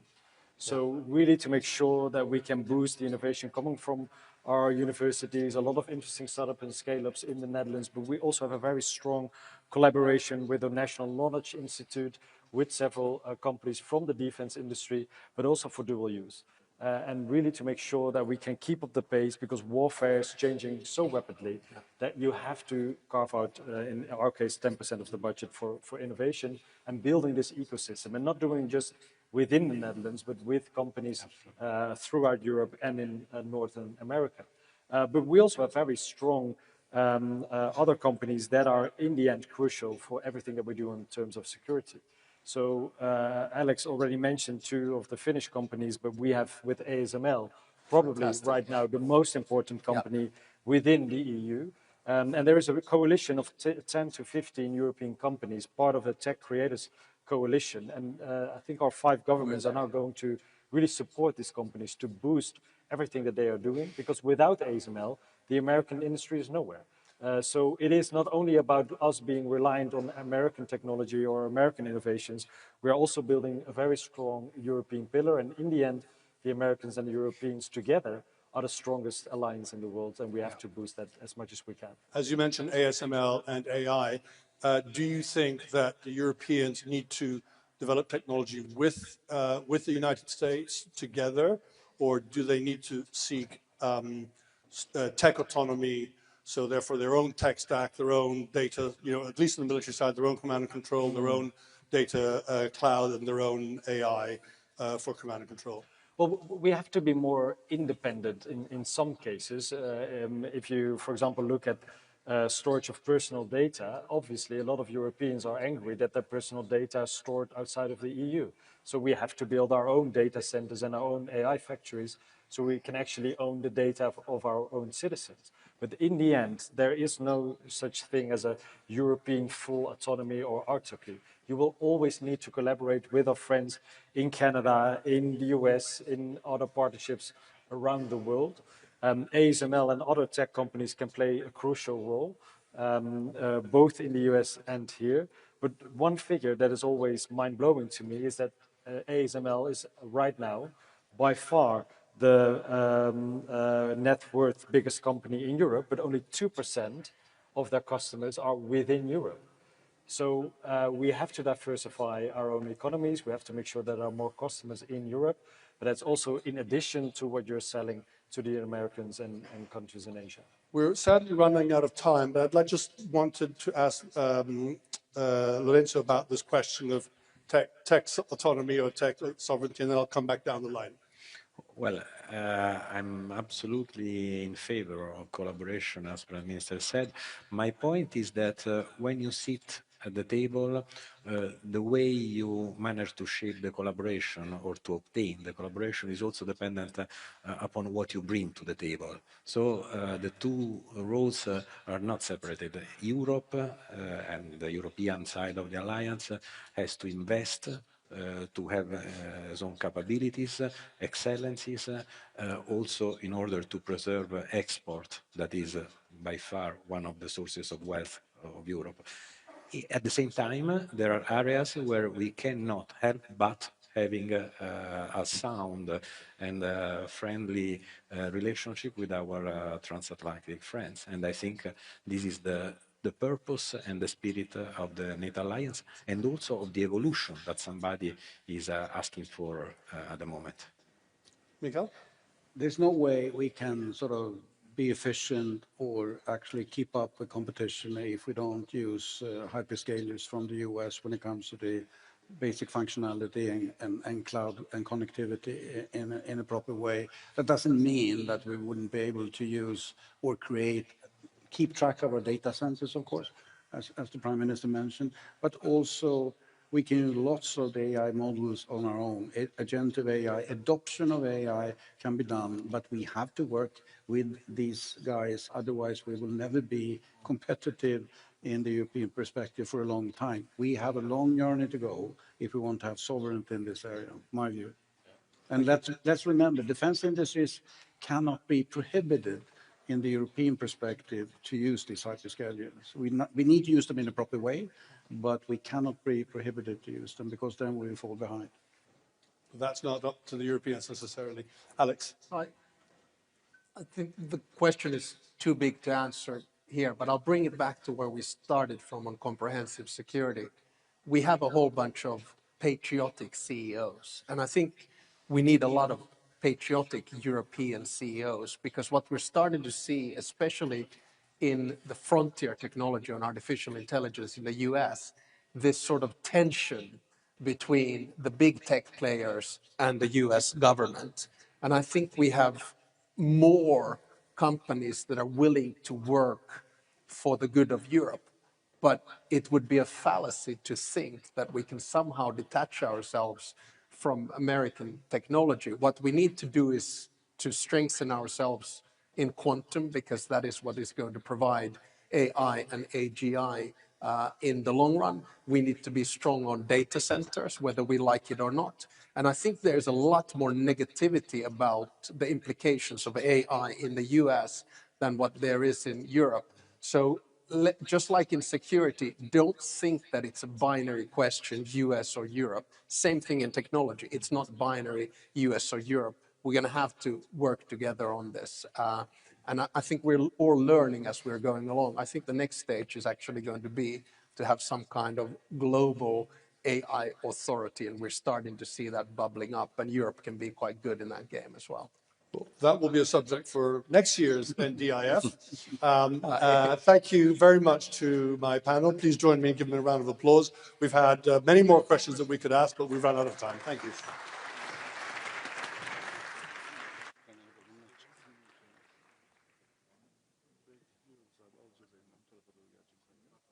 Shall I wait for them?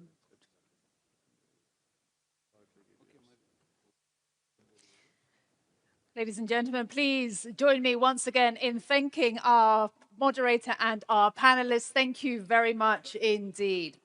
All right, we continue to our next panel. And as I said before, our last panel, that military leaders don't hold all the levers, but they do still hold quite a few. And the defense industry delivers many of those levers or capabilities for our armed forces. And production, speed, stockpile depth, resilience, plus interoperability and sustainment all affect whether NATO can deter, defend, and also prevail in a contested environment. Our next session, Industry as a Military Variable, an alliance ready for tomorrow's battlefield, will cover all of these issues. Moderating our session, we have Natalie Tocci, James Anderson, Professor of Practice at Johns Hopkins University SAIS and Senior Fellow at the Institute for European Policymaking at Bocconi University. And to guide us with their best military advice, the Chair of the NATO Military Committee, Admiral Giuseppe Cavo-Dragone, and the Supreme Allied Commander Europe, General Alexis Grinkovich, and the Supreme Allied Commander for Transformational, Admiral Pierre Vandier. Welcome to you all. Ladies and gentlemen, a round of applause for this panel. Thank you.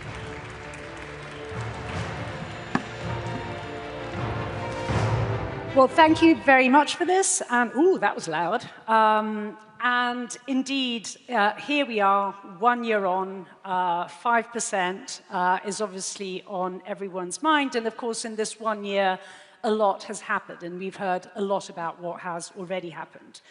Spending is up, investments are rising. However, the challenge doesn't stop here. It is quite clear that the task at hand is really one of transforming money and investments in real military power. And so the key question which we need to address now is really how to ensure that industry delivers, and it delivers the necessary capacity at scale, at speed, and through constant innovation, while all at the same time remaining united, given that consensus is the name of the game in NATO. And how to ensure that what we produce is actually interoperable, that it is resilient, that it is sustainable. Because indeed, only if all of these conditions are met will deterrence and defense actually be capable. So let us jump straight into this question of military power. And we have, of course, an absolutely stellar panel here who have all of the answers. And let me begin, General Grinkovich, with you, to really give us the lay of the land as far as what the security environment is concerned.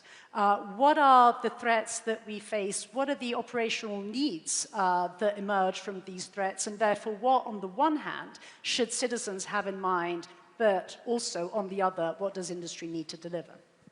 Sure. Well, thanks for the question, and a pleasure to be here with you all today. You know, several of the other speakers, I think, starting with the Secretary General earlier, talked about how those who would do us harm are working together more than ever before. And this is a theme that has some real military implications. And the biggest implication of it is that the risk of conflict happening in multiple theaters around the world simultaneously or very near simultaneous to each other is much higher than it's been in a long time. And that will put a tremendous strain on our ability to deliver military effects given the capacity that we have in our inventories. And this is where industry becomes extremely important in order to build that capacity so that we can deliver those effects. We want to deliver them rapidly so we can quickly bring the enemy to culmination. The challenge when you have simultaneous conflicts and strained inventories of munitions is you increase the potential for the conflicts to protract, to become much longer. And so this is a real key for industry. If we can build our industrial capacity across a whole range of higher end, more exquisite systems to affordable mass type systems, we increase our ability to quickly bring a conflict to the close and hopefully deter it from even happening in the first place. Well, indeed, we, Sakar there really put his finger on this question of simultaneity, which I think is a story indeed of simultaneity of different conflicts happening at the same time, and simultaneity in terms of, therefore, different capacities that we need to develop at the same time. But while we need to develop at scale both the exquisite capacity and mass production, we also need to think ahead. And thinking ahead, Admiral Vandier, I'm sorry, absolutely, I mean, that was really a faux pas. The question really is, indeed, what are the capacities that NATO needs to think about when thinking about its tomorrow? What are the areas that, indeed, the greatest attention needs to be paid to? If we look at the Ukrainian war, it's now longer than the World War I. And what happened during World War I? In fact, all the war fighting changed. The aircraft was a toy at the beginning of the war, and we had air combat at the end. The tank didn't exist in the war. It was the first tank assaults at the end of the war. Same for the submarine. We see exactly the same effect of the protracted war in Ukraine, where the two opponents adapt themselves, and we've seen a strong adaptation from Ukraine, which is a digital nation. And today they are doing things ahead of a lot of nations in space, in robots, in AI, and they mass produce drones. They will produce 9 million drones this year.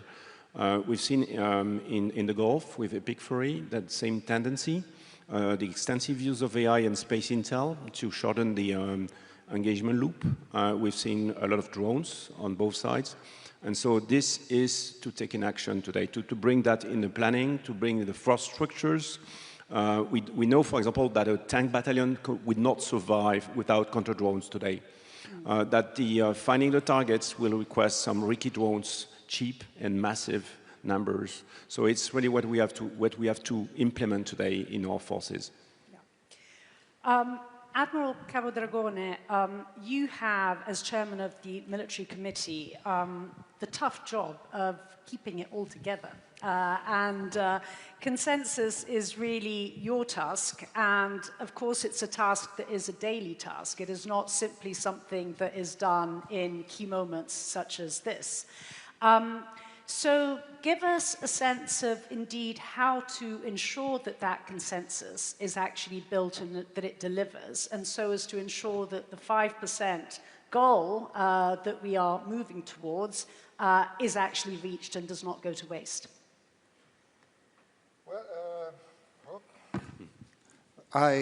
First of all, the 5%, I consider that not just a number, but let's say a promise, a commitment to our military, that we will provide them with the tool they need to fight and win in case, is to our adversaries, that they will pay a higher and higher tool if they test us, and also to industry, that this is not just a moment, it's something solid right there, and they can count on that. As far as the waste, again, it is something that we pay a lot of attention to it. It is in the dark. It's something that we need to be aware of. Waste, for example, is when we have 32 system or platform different, not interoperable. When waste is when prestige prevail over readiness. Waste is when we sign a check and all the stuff. Support, munitions, enablers of a platform are late. These are waste that we need to be aware of, we and the industry. And as far as consensus, that's that's the challenge. But I'll tell you what. First of all, this is the right tool. And the military committee, I mean, it's the right tool where the right part of NATO in which we have. It happens that one morning we got into the meeting room with 32 different position or opinion or whatever, but we come out with only one. That's something that it is the guarantee that we as military committee provide really a military advice unfettered. I mean, you know, government changes, Chief of Defense changes, Chair of the Military Committee changes, but the threat is right there. It is evolving, but it's right there. It's our reference point to come up with a good, professional, unfettered advice, which overlasts all the governments, I think, and that's the guarantee also for the industry that something stable. So at this point, it is a commitment. This is not the moment, as I told you. Our demand is something right there. It is a trajectory we are on, and we want the industry to jump on it. I mean, no more behind the scene, but step on the stage and sing and play with us, because deterrence is something we build together. And indeed, it is really a story about industry in sync with government, with NATO working together, and doing so at speed. Now, speed, Admiral, is really a word that I've heard you talk about a lot in the past, and I've heard you define time as really being the main battle space. Could you perhaps give us a sense about what you actually mean by this, and how do we actually ensure that speed is delivered? Yep. Speed, time, velocity are the three words that are most recurrent from this morning on. Right. I mean, time, of course, connect all the domains. I mean, times dictates when we see a threat and when we act.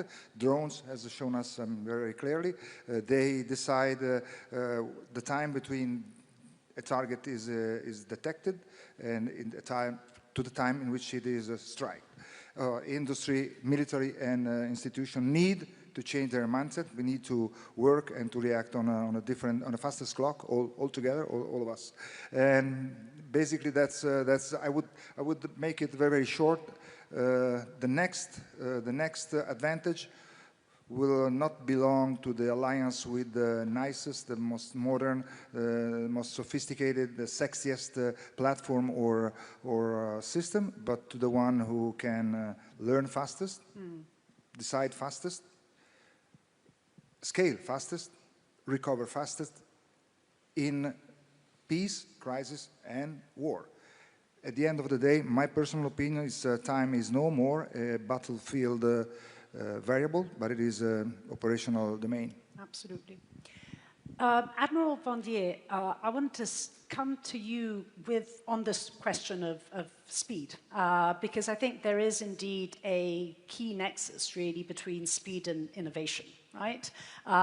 We will innovate the fastest if we are faster in actually changing constantly our models and constantly questioning ourselves. Could you talk to us a little bit about how you actually see that relationship between speed and innovation? So there are two critical things to deliver faster.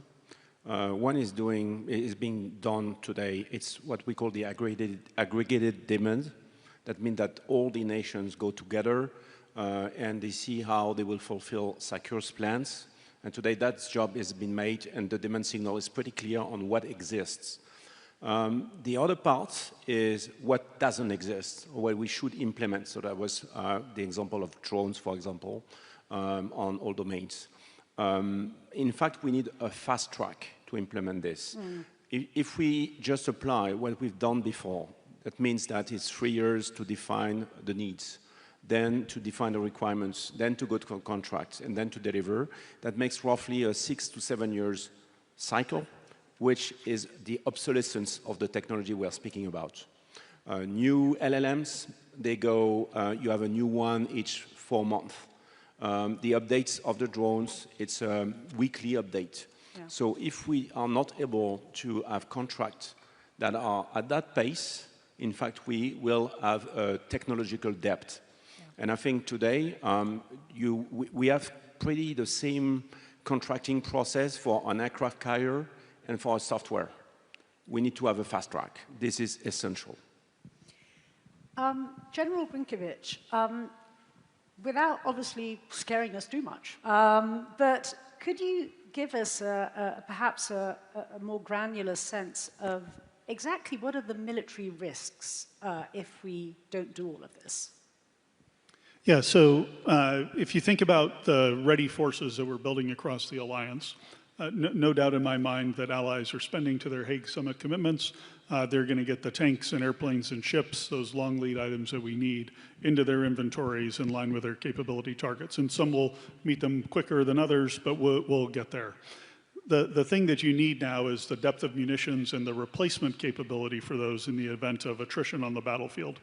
And so, you know, where you might have used to thought of, you know, you send a fighter squadron or you send an infantry brigade into battle, that they go with 30 days of supply, and if you build that 30 days of supply, you're really good to go, and that's all you need to think about.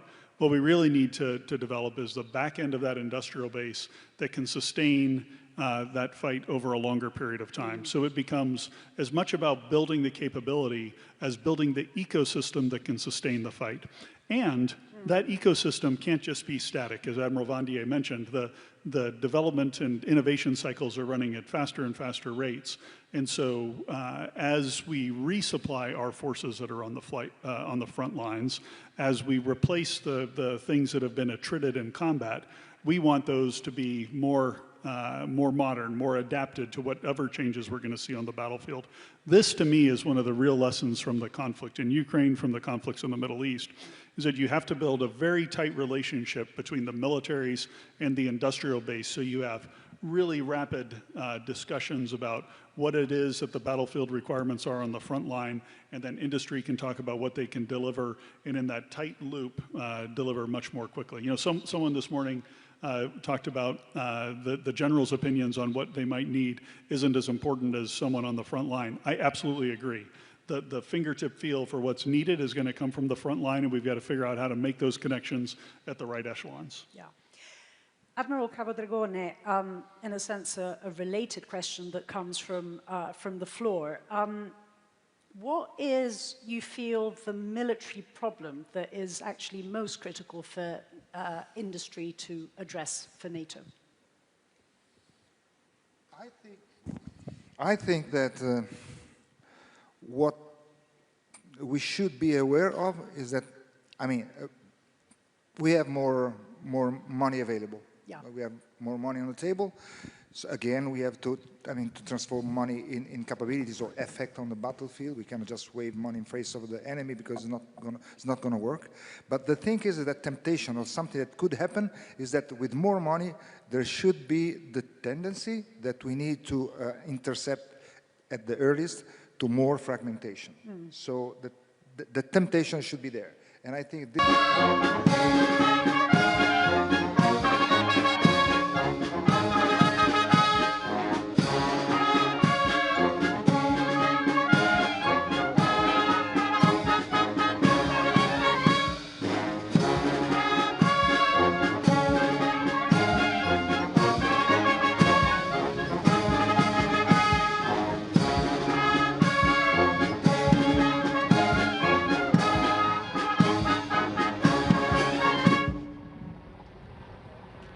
Sağ duruş.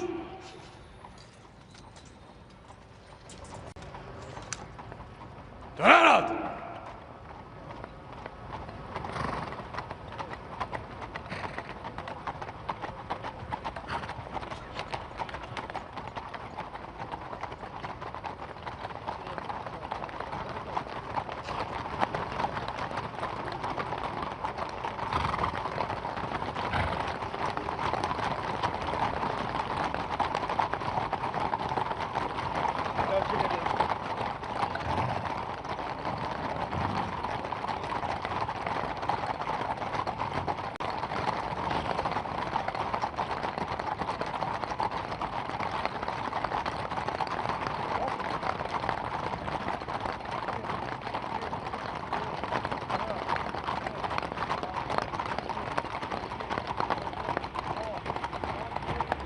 Noktası.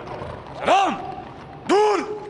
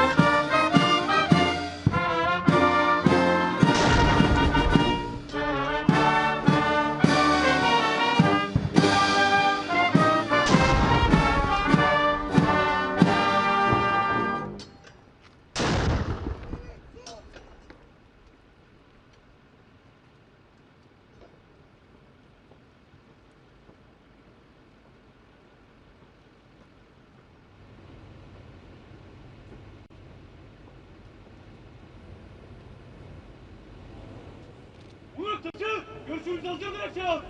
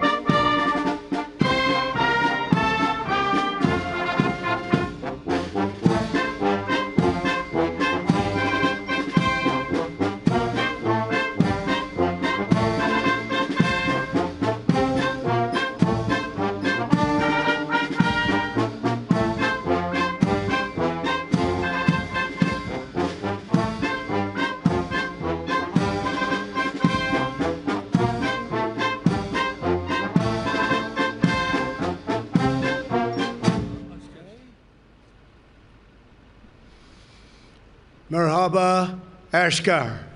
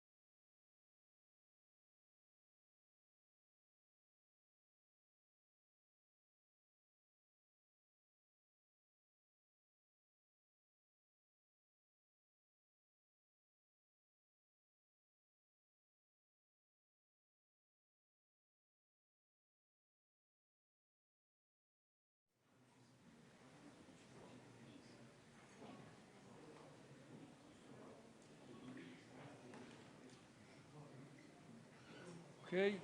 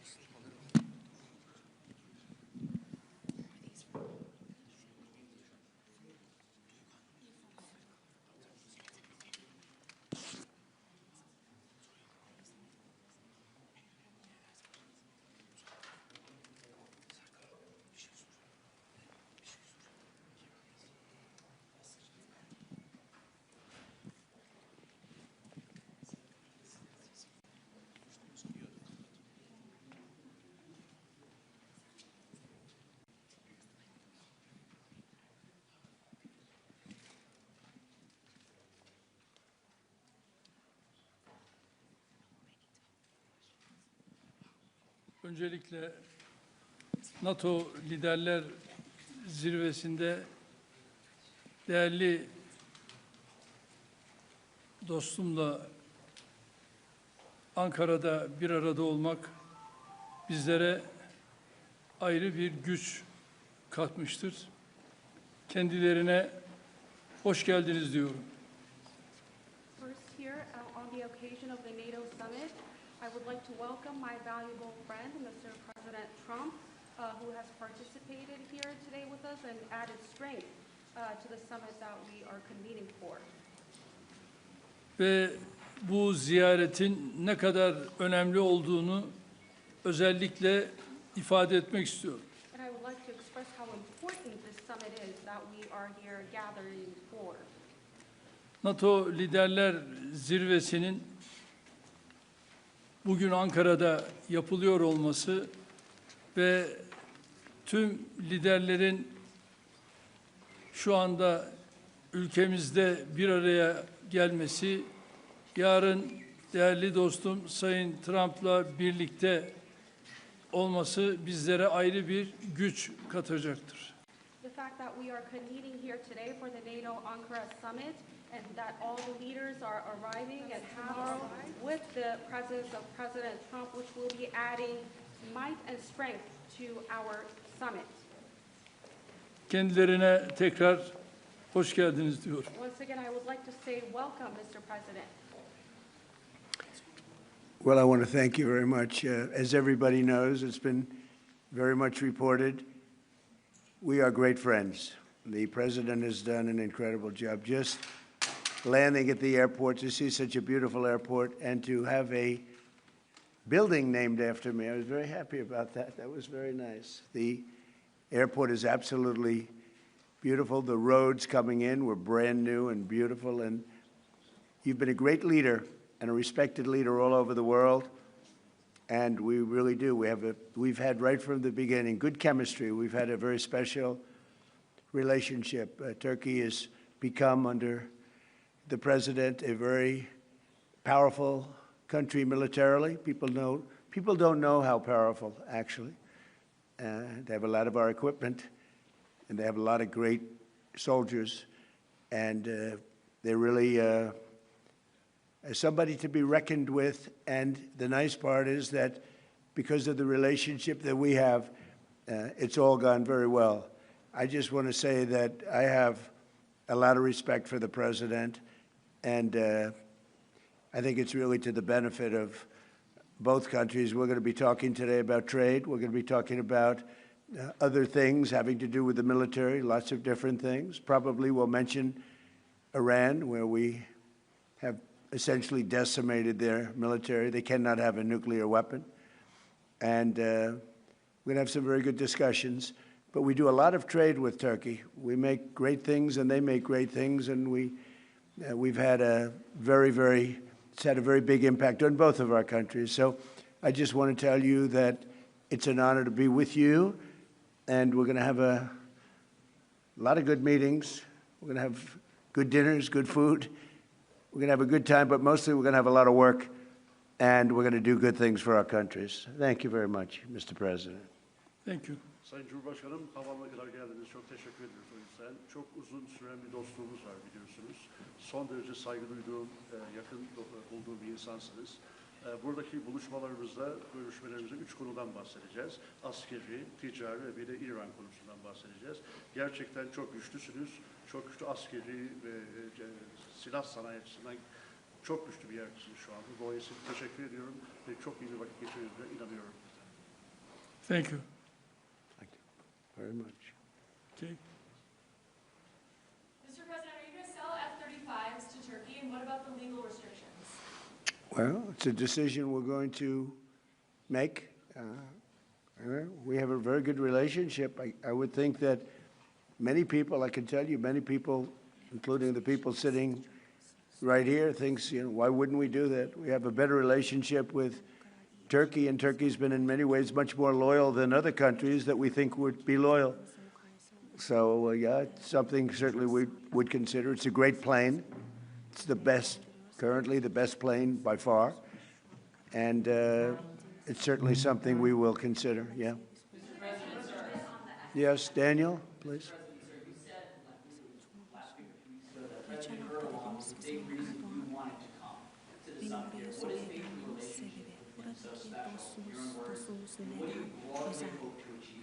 You never know why a relationship is special.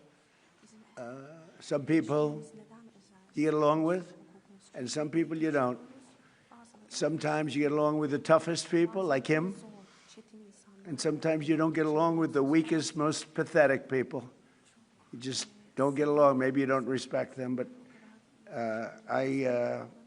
from the day we met, we got along. We had a pastor, as I remember, his name was Pastor Brunson, and it was a very big thing, and it was very traumatic. He was sentenced to a long-term prison sentence, and I felt he was innocent, and I called.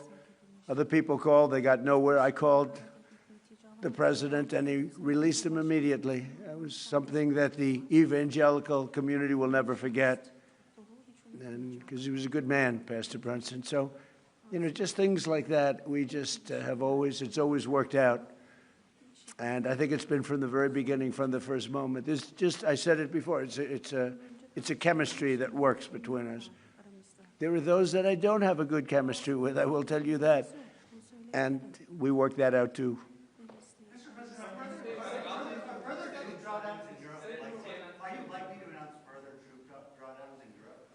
Say it? Are further troop drawdowns in Europe likely? And are you satisfied with the progress that NATO allies have made? Well, we're going to see. I was very disappointed with NATO. And frankly, if it weren't held in Turkey, where my friend happens to be a very strong leader, a very strong person, it's possible that I wouldn't have attended. I felt I had to attend because of the fact that, I know he's gone all out. It was a big thing to have NATO come to Turkey or any place else. It's a big thing. But we weren't treated well because we did something in Iran. We don't need anybody's help.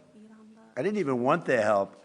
But before I asked, they said they wouldn't be there. And we've invested trillions of dollars in NATO. Why? To protect European countries and others, Canada, etc., but to protect people, countries from, generally speaking, it used to be the Soviet Union, now it's Russia. And I say that's fine, but you would think that they'd be very willing to do something to help us. And they really weren't. In the case of the United Kingdom, the Prime Minister, I guess he's no longer there, maybe because of this. It was a very unpopular thing he did. He said, no, we'll help after the war is over. I said, I don't need that kind of help. We didn't need any help at all. And in a way, I was testing people. I was testing to see whether or not they'd be there, because I've long said that we help them, but I'm not sure that they'd be there for us. And Italy turned us down, and Germany turned us down, and France turned us down. And it's okay. But, you know, why are we spending hundreds of billions of dollars and they're not there for us? We've always been there for them.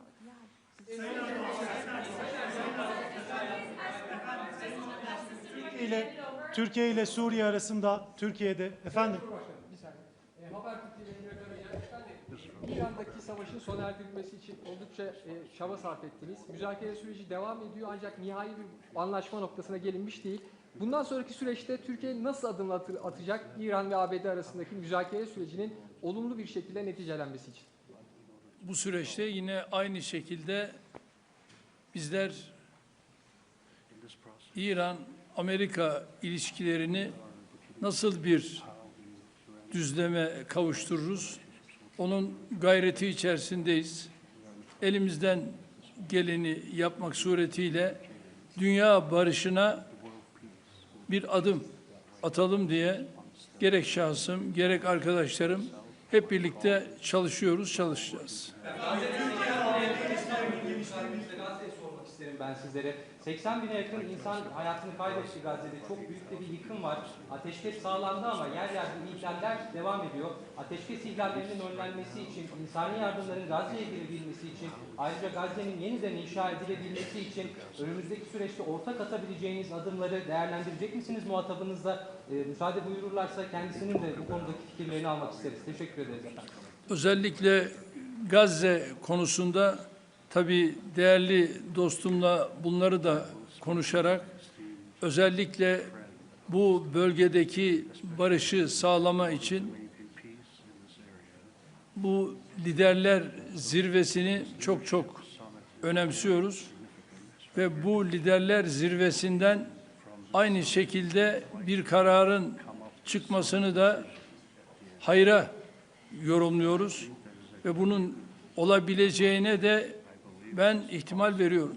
efendim Türkiye-ABD ilişkilerinin geliştiği bir dönemi gözlemliyoruz. 2025 yılında geçen yıl Amerika Birleşik Devletleri'ne yaptığınız ziyarette önemli ticari anlaşmalar da imzalandı. Suriye konusunda Türkiye'nin önemli bir aktör olduğunu söylemişti Sayın ABD Başkanı.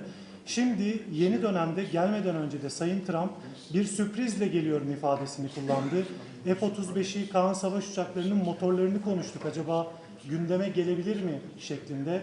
Siz bu sürprizin ne olduğunu düşünüyorsunuz? Türkiye bugünkü görüşmelerden sonra istediğini alabilecek mi? Teşekkür ederim. Tabii F-35 konusu biliyorsunuz bizim için yeni bir konu değil. Ve bunu bizler Amerika ile daha önce de görüştük. Ve biz 5 uçağı da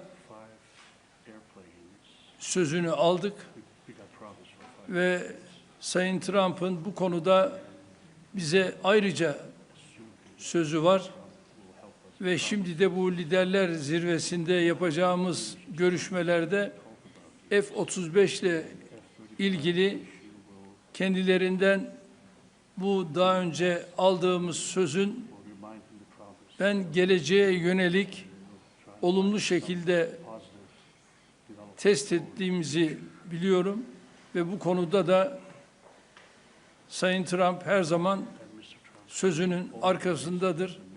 Burada yine inşallah F-35 konusunda bu liderler zirvesinden hayırlı bir karar çıkacağına inanıyorum.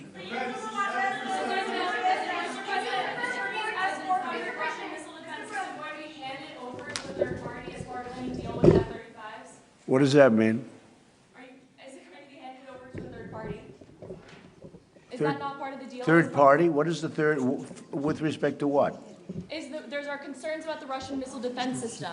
Do you have those concerns about this system? Are they going I to have have no to... concerns at all about anything. I mean, he's a leader of a country that he's made a much better country, much more powerful country, and you see it. I mean, it's beautiful. You get off, the roads are beautiful. It's an amazing thing. No, I have no concerns about anything having to do with Turkey. The relationship, I would say the relationship with Turkey right now is better probably than it's ever been. It was good in my first 4 years, but I think now it's probably even better than that, if that's possible.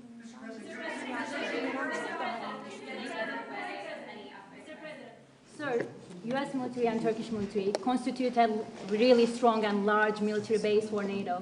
Are we expecting further defense cooperation out of this bilateral meeting, out of this NATO summit here in Ankara? Well, we're going to find out when I go there. We're going to find out. We're going to be having meetings. I'm very friendly with many of the leaders. You know, some of them are new. We don't know them. But, you know, I've been doing this for now sort of a long time. If you count the 4 years where we had a rigged election, you know, I was very much into politics then too. But I spent the first 4 years. I spent 4 years in a little different state. And then we've had an amazing, probably the best year maybe ever had by an American president. When you look at the economy, we have the greatest economy we've ever had. We have $19 trillion, $19.2 trillion to be exact, being invested in the United States. That's 7 or 8 times more than it's ever had. It's a world record, not just a U.S. record. And I just read where, in fact, coming over, I was in the car with those beautiful horses, those great riders, those great soldiers, and it came over the wires that Toyota is moving out of Mexico into the United States and building one of the biggest truck and car plants ever built. That's amazing. That's what tariffs do, if properly used. And so we've never had a more exceptional economy or potential economy. There's never been anything like it. Under the last administration, they did much less than $1 trillion of investment coming in. And we're at $19.2 trillion in actually the first 12 months, because that's where it's, you know, really, so we're there a year and a half, so that number is now substantially higher. But 19.2 trillion, Scott, for a period of 12 months. Nobody's ever seen anything like that. So we have by far the greatest economy. We have more jobs right now in the United States than ever before. And we have a great relationship with some countries on trade, and Turkey happens to be one of them. Sayın Cumhurbaşkanım, siz her fırsatta dünya 5'ten büyüktür, daha acil bir dünya mümkün tutuyorsunuz. Bugün konuğumuz Sayın Trump, ABD Başkanı, onun da zaman zaman küresel sistemin mevcut durumuna ilişkin eleştirilerini biliyoruz. NATO'nun en büyük askeri gücü olarak bu noktada, bu eleştiriler doğrultusunda ortak bir adım, ortak bir girişimde bulunması önümüzdeki süreçte söz konusu olabilir mi? NATO'da 2 önemli ülke olarak gerek Amerika gerekse Türkiye, bizler bu liderler zirvesinden de dayanışma içerisinde güçlü bir çıkışı sağlayacağız ve bunu da başaracağımıza inanıyorum.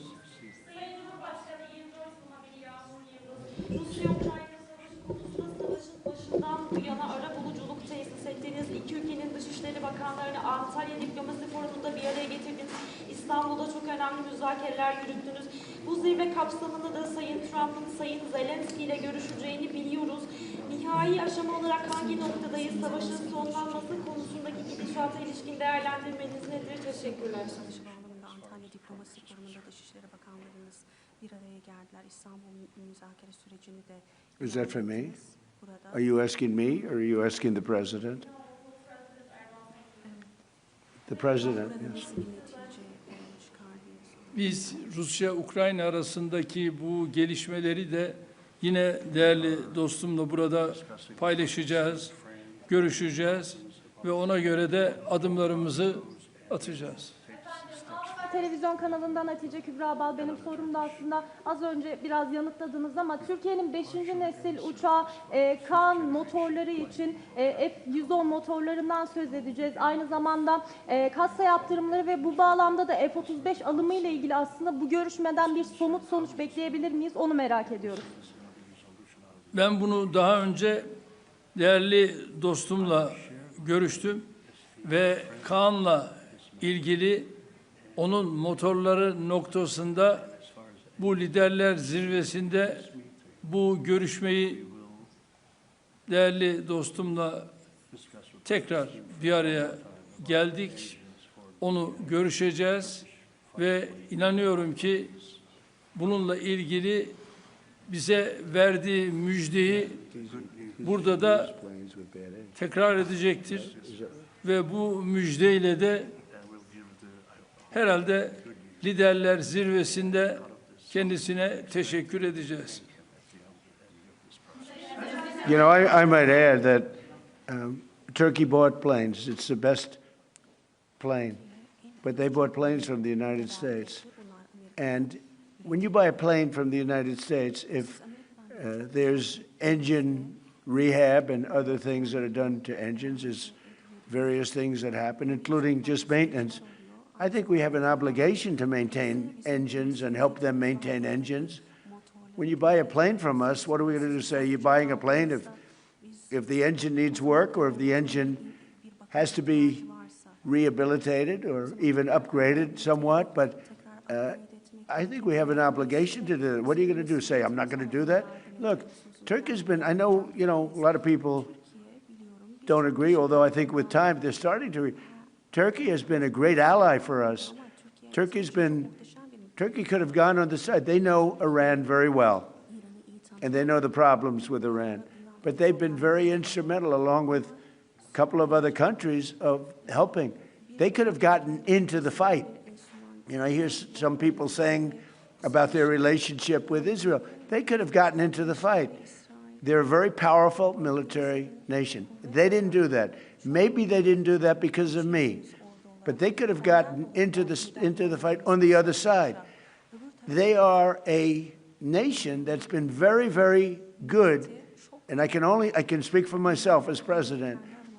They've been extraordinary in many ways with respect to our relationship, including trying to end the war with Iran, or whatever you call it. It's not even a war, it's a military operation.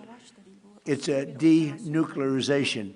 That's really what it is, of Iran, because I don't think he wants to see them have a nuclear weapon either. I'm pretty sure of that. In fact, I'm totally sure of that. So, but when they buy a product from us, whether it's a plane or anything else, when it's time for maintenance, I think don't we have an obligation to help them? What are we going to do? Say, we're not going to let you use the product that you spent a lot of money in buying? And especially when it's been somebody that frankly has been more helpful to the United States than many other more traditional countries.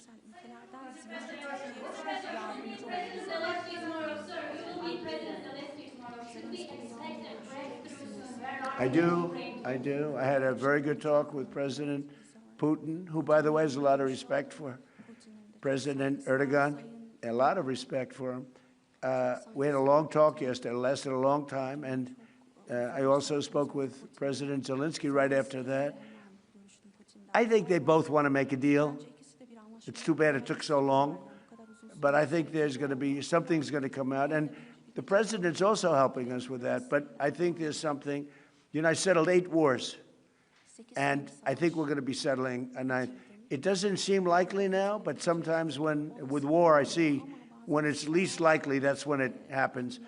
I had a very good talk with President Putin. I had a very good talk with, I would say, as a combination. A lot of times I'd do well with Putin, and Zelenskyy would be a problem, or vice versa. Zelenskyy would be great, and Putin would be. They both want to get it settled now. More than that, that's all I do in my life is deals. I know deals. And I think I think we're going to get it settled, hopefully soon. Last month, 35,000, mostly soldiers, died. The month before that, it was 24,000. The month before that, it was 27,000. And the month before that, it was 29,000. But last month, it was 35,000 young soldiers, mostly soldiers, died. And that's crazy.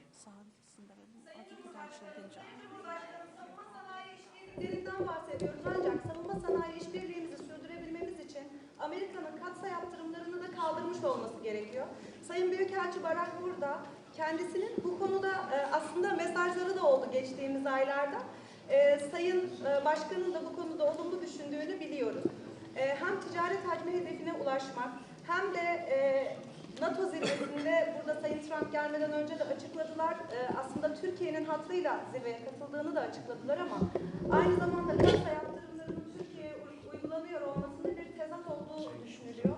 Bu noktada, bu görüşmede artık somut bir netice Ayrıca siz bunu gündeme taşıyacaksınızdır. Muhtemelen Sayın Başkan'ın da bu konudaki düşüncelerini de alabilirsem mutlu olurum. Teşekkür ediyorum. I can tell you, we're going to be taking the sanctions off. Okay? I don't want him to waste his time answering that question because we're working very closely with Marco Rubio, a very famous man, great Secretary of State, and with Scott Bessent, and with Pete and everybody else. We're going to be taking the sanctions off. It's time to do that. Okay? We don't want to sanction friends. It's very simple. There's plenty of people we can sanction, and we are sanctioned. We don't want to sanction friends. And because of the president, you know, we have a very good relationship with the new leader of Syria, and he's done an amazing job. In a year and a half, he's pulled the whole country together. And I have a very great relationship with him. And somebody said, well, he's pretty rough to put him there. I approved him along with the president. We were the two that really wanted him. And he's done a great job. He's done a great job. He's pulled it together. Not an easy job. Post yesterday with respect to Prime Minister Maloney, that True Social post with the restraining order. Oh, I don't know. I think she's a nice person, actually. We've had a good, we had a bad relationship. It became a little bad because she refused to help us. Again, I didn't put a heavy press on her, but she refused to get involved with the Hormuz Strait, or you could also say just Iran. She refused to get involved. So it soured my relationship with her a little bit. But I like her. I think she's a nice person, actually. But I think she made a mistake. You know, they get a lot of their oil from, we don't get any of it. We have a lot of oil. The United States has more oil than anybody. And when you add Venezuela to it, it's like we have far more oil than anybody. We don't need the straits. We do this because we think it's an important thing to do. But she just wasn't there for us. And I wasn't happy about that. You can imagine, I wasn't happy about that.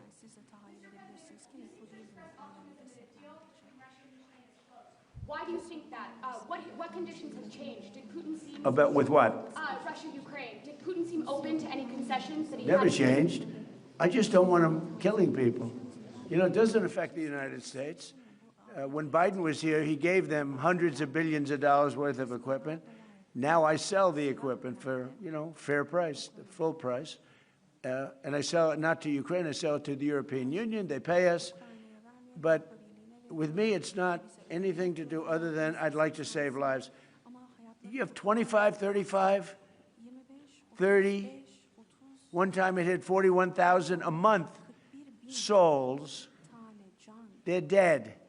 They leave their mother in Ukraine. They leave their mother and father in Russia, Ukraine. They wave goodbye. And a week later, they're dead. It's crazy. And I would like to see, it doesn't affect us. It really, you know, it's far away. It affects Europe much more. We're there to help Europe, but it doesn't affect the United States. We have an ocean in between. But, you know, it's just, I can't stand watching what's happening. I've seen the pictures of those battlefields, and it's a drone war. It's a war of drones. It's a whole new technology.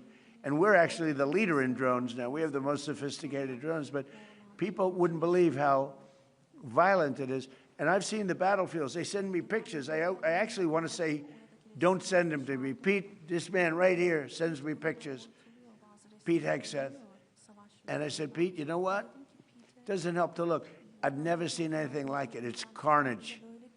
And it should stop.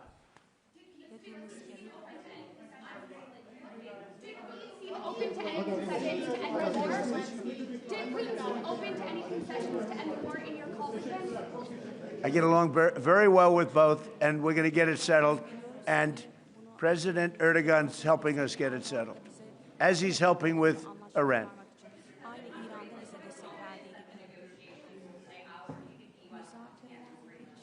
With respect to what? Well, that's what hurt my relationship with NATO, because Greenland doesn't help Denmark. Denmark doesn't spend money to really help Greenland, but it's an important part for the United States. And it's surrounded by China ships and Russian ships. And that's not going to happen. The ships it's not going to happen.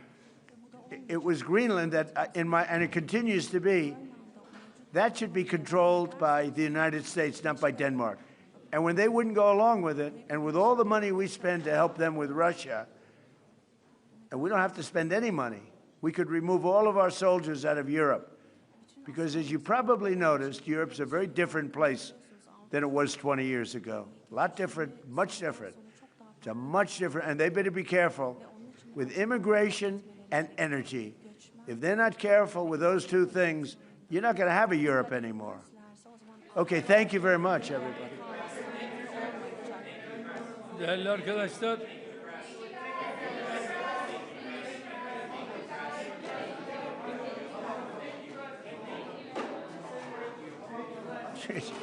One thing, it's amazing. It's amazing. Harika gerçekten. İnanılmaz bir şey yani.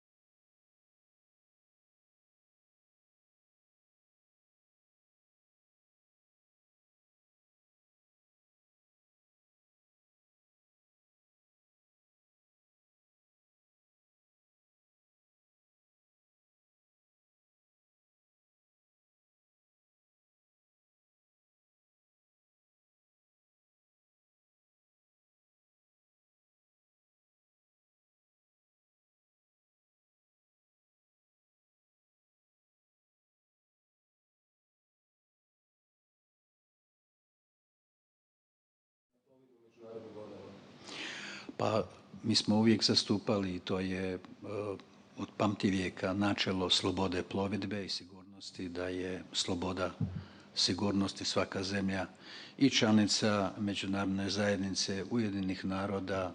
Dakle, imamo jednaku odgovornost i sloboda plovidbe bi trebala biti zajamčena, ali o tome naravno se može razgovarati. Ali za nas je apsolutno sigurnost plovidbe.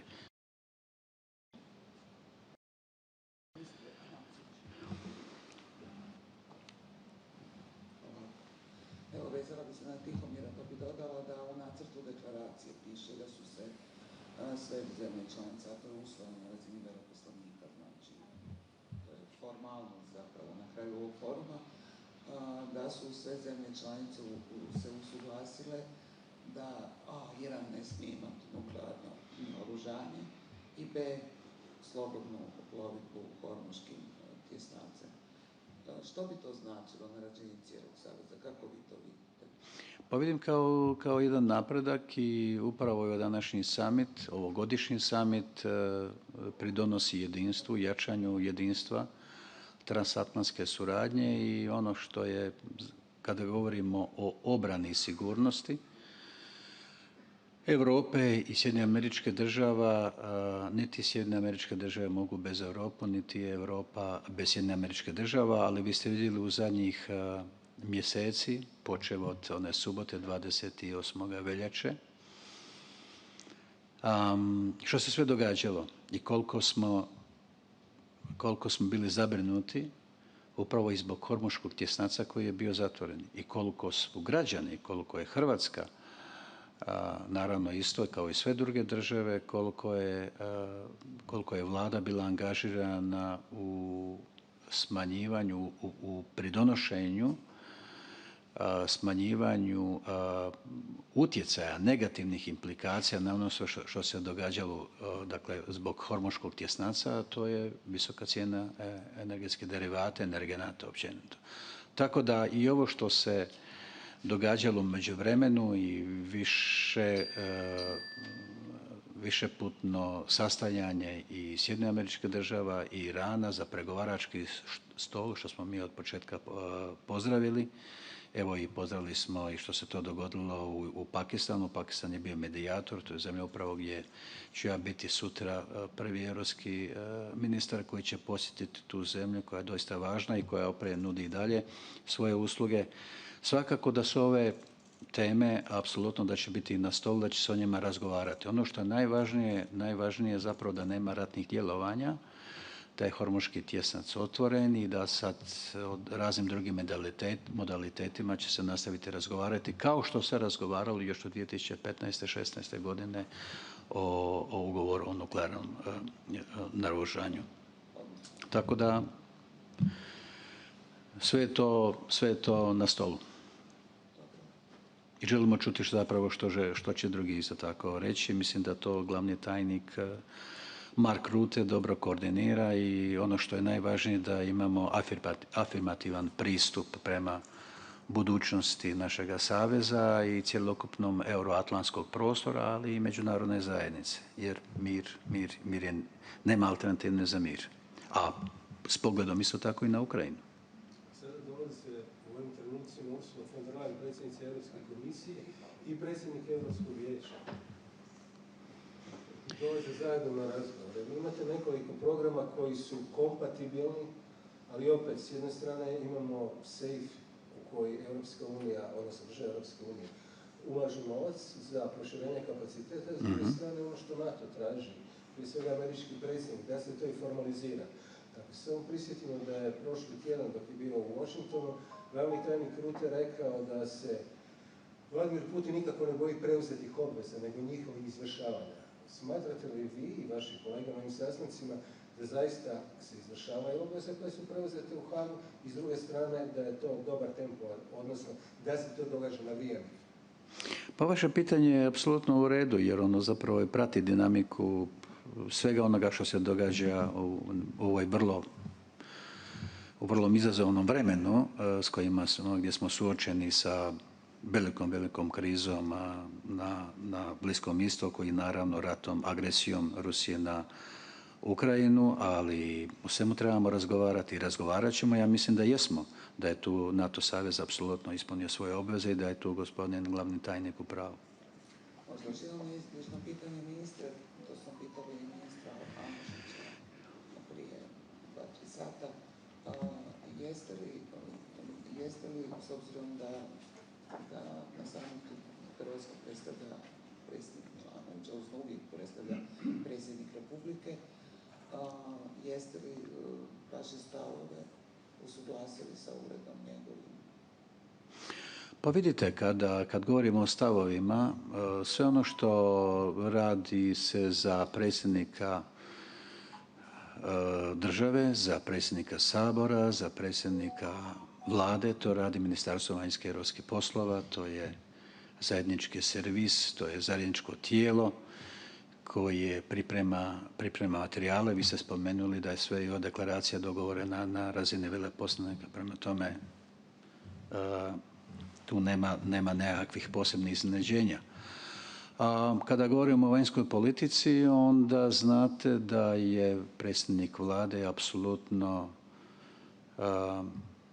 vodi vladu i državu u onom smjeru koja je kompatibilna i koja je usuglašena sa glavnim smjerom kojeg vodi Europska unija, koja vodi NATO savez i osobito kada je u pogledu Ukrajina.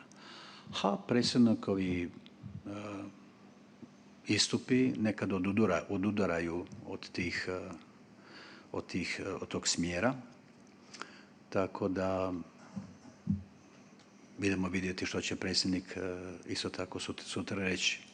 Nadamo se da neće biti iznenađenja. Znači niste upoznati sa onim što će... Ja ne znam što će predsjednik govoriti. Ja znam što je Ministarstvo vanjskih i europskih poslova radilo. Radimo zajedno s našim saveznicima, s našim partnerima, prije svega sa saveznicima. To je jedna običajna diplomatska aktivnost gdje naše stalno predstavništvo u Briselu radi, priprema i čak i predlaže usuglašeno onaj narativ koji je narativ NATO saveza i koji ne bi trebao odskakati. Hoće li predsjednik doći u situaciju da kaže nešto drugo? Ja to ne znam. Dakle, kada dođe na red predsjednika govoriti, onda će on reći, hoće on pročitati ili će ono što mu je pripremljeno u 3 minute ili će reći nešto drugo, ja to ne znam. Ali mi znamo koji je stav nas kao zemlje članice, lojalne članice NATO saveza, dakle i svih onih vrijednosti koje smo preuzeli našim članstvom u NATO savezu. A o drugome ja ne mogu govoriti koji će biti njegov nastup.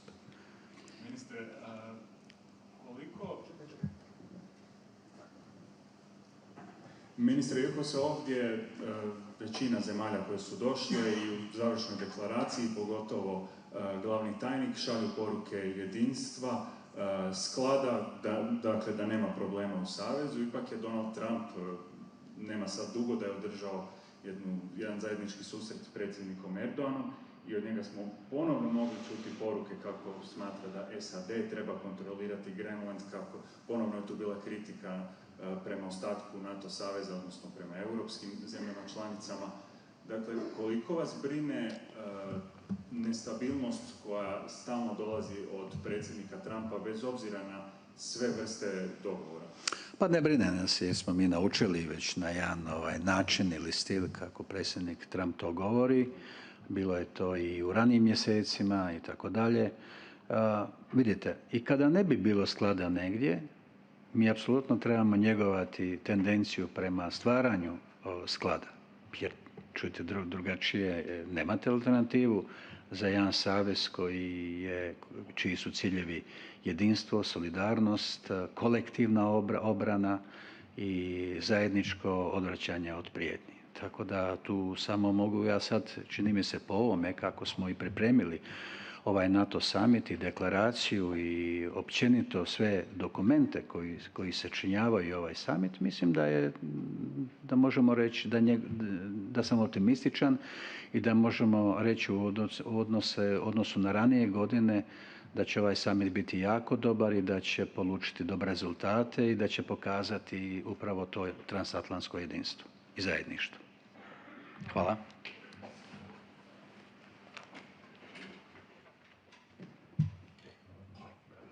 widzenia, bo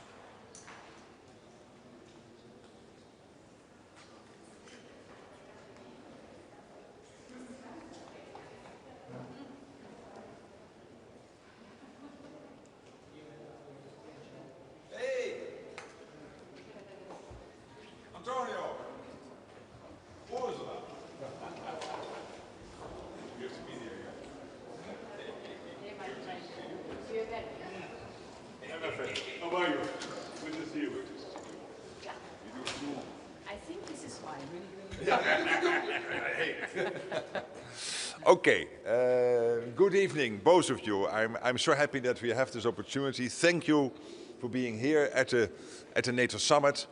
I basically would say that when it comes to NATO and EU cooperation, it couldn't be better. We have a clear distinction of labor where NATO is working on the capabilities and the standards and the command and control, and basically all the rest is being handled by the European Union. So that has to do with resilience, infrastructure, the defense industrial base, but also money. And you are so successful in making sure, for example, through SAFE and all the other programs the EU is running, that the money is there supporting the 27 EU countries, 23 of which are also a member of NATO, an ally within the alliance, that the money is there. So for all these reasons, and this is crucial, because we have the Russian threat, we know the Russians work together with North Korea, China and Iran, so we cannot be naive, we have to pull together. This is exactly what we are doing, and I really want to both thank you for that. So whom can I give the floor? Is there a protocol order? We have a protocol order, my friend. So you first. Dear Mark, dear Ursula, first of all, I would like to express I'm so glad with this, our strategic cooperation. Our member states, as you knowledge, are fulfilling their commitments. Yeah. And Europe is taking greater responsibility in our own defense. Absolutely. And now we need to continue. And what the European citizens expect from this Ankara summit is a clear message that we can continue to rely on NATO for their own defense and also for our deterrence, based on the very strong transatlantic relationship. Then my best wishes for this summit and for a clear outcome. Thank you so much. And also from my side, my dear friend Mark, thank you very much for this meeting here in Ankara. Indeed, a strong Europe is a strong NATO, and we are determined to fill the gaps that we see in the defense posture.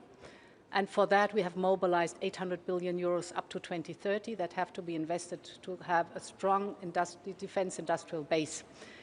Not only do we want a strong defense industrial base, but also we want more joint venture with Ukraine, because they are highly innovative and battlefield experience.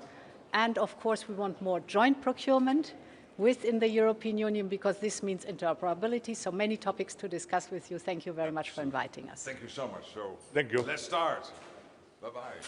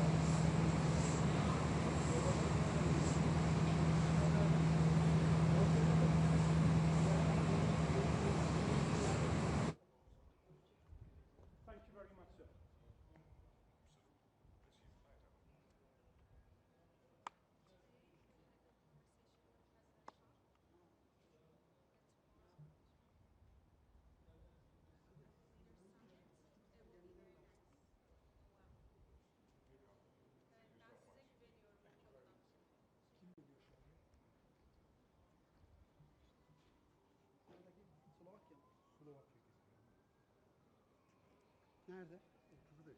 Gelenleri hiç bekletmeden direkt kim geliyor?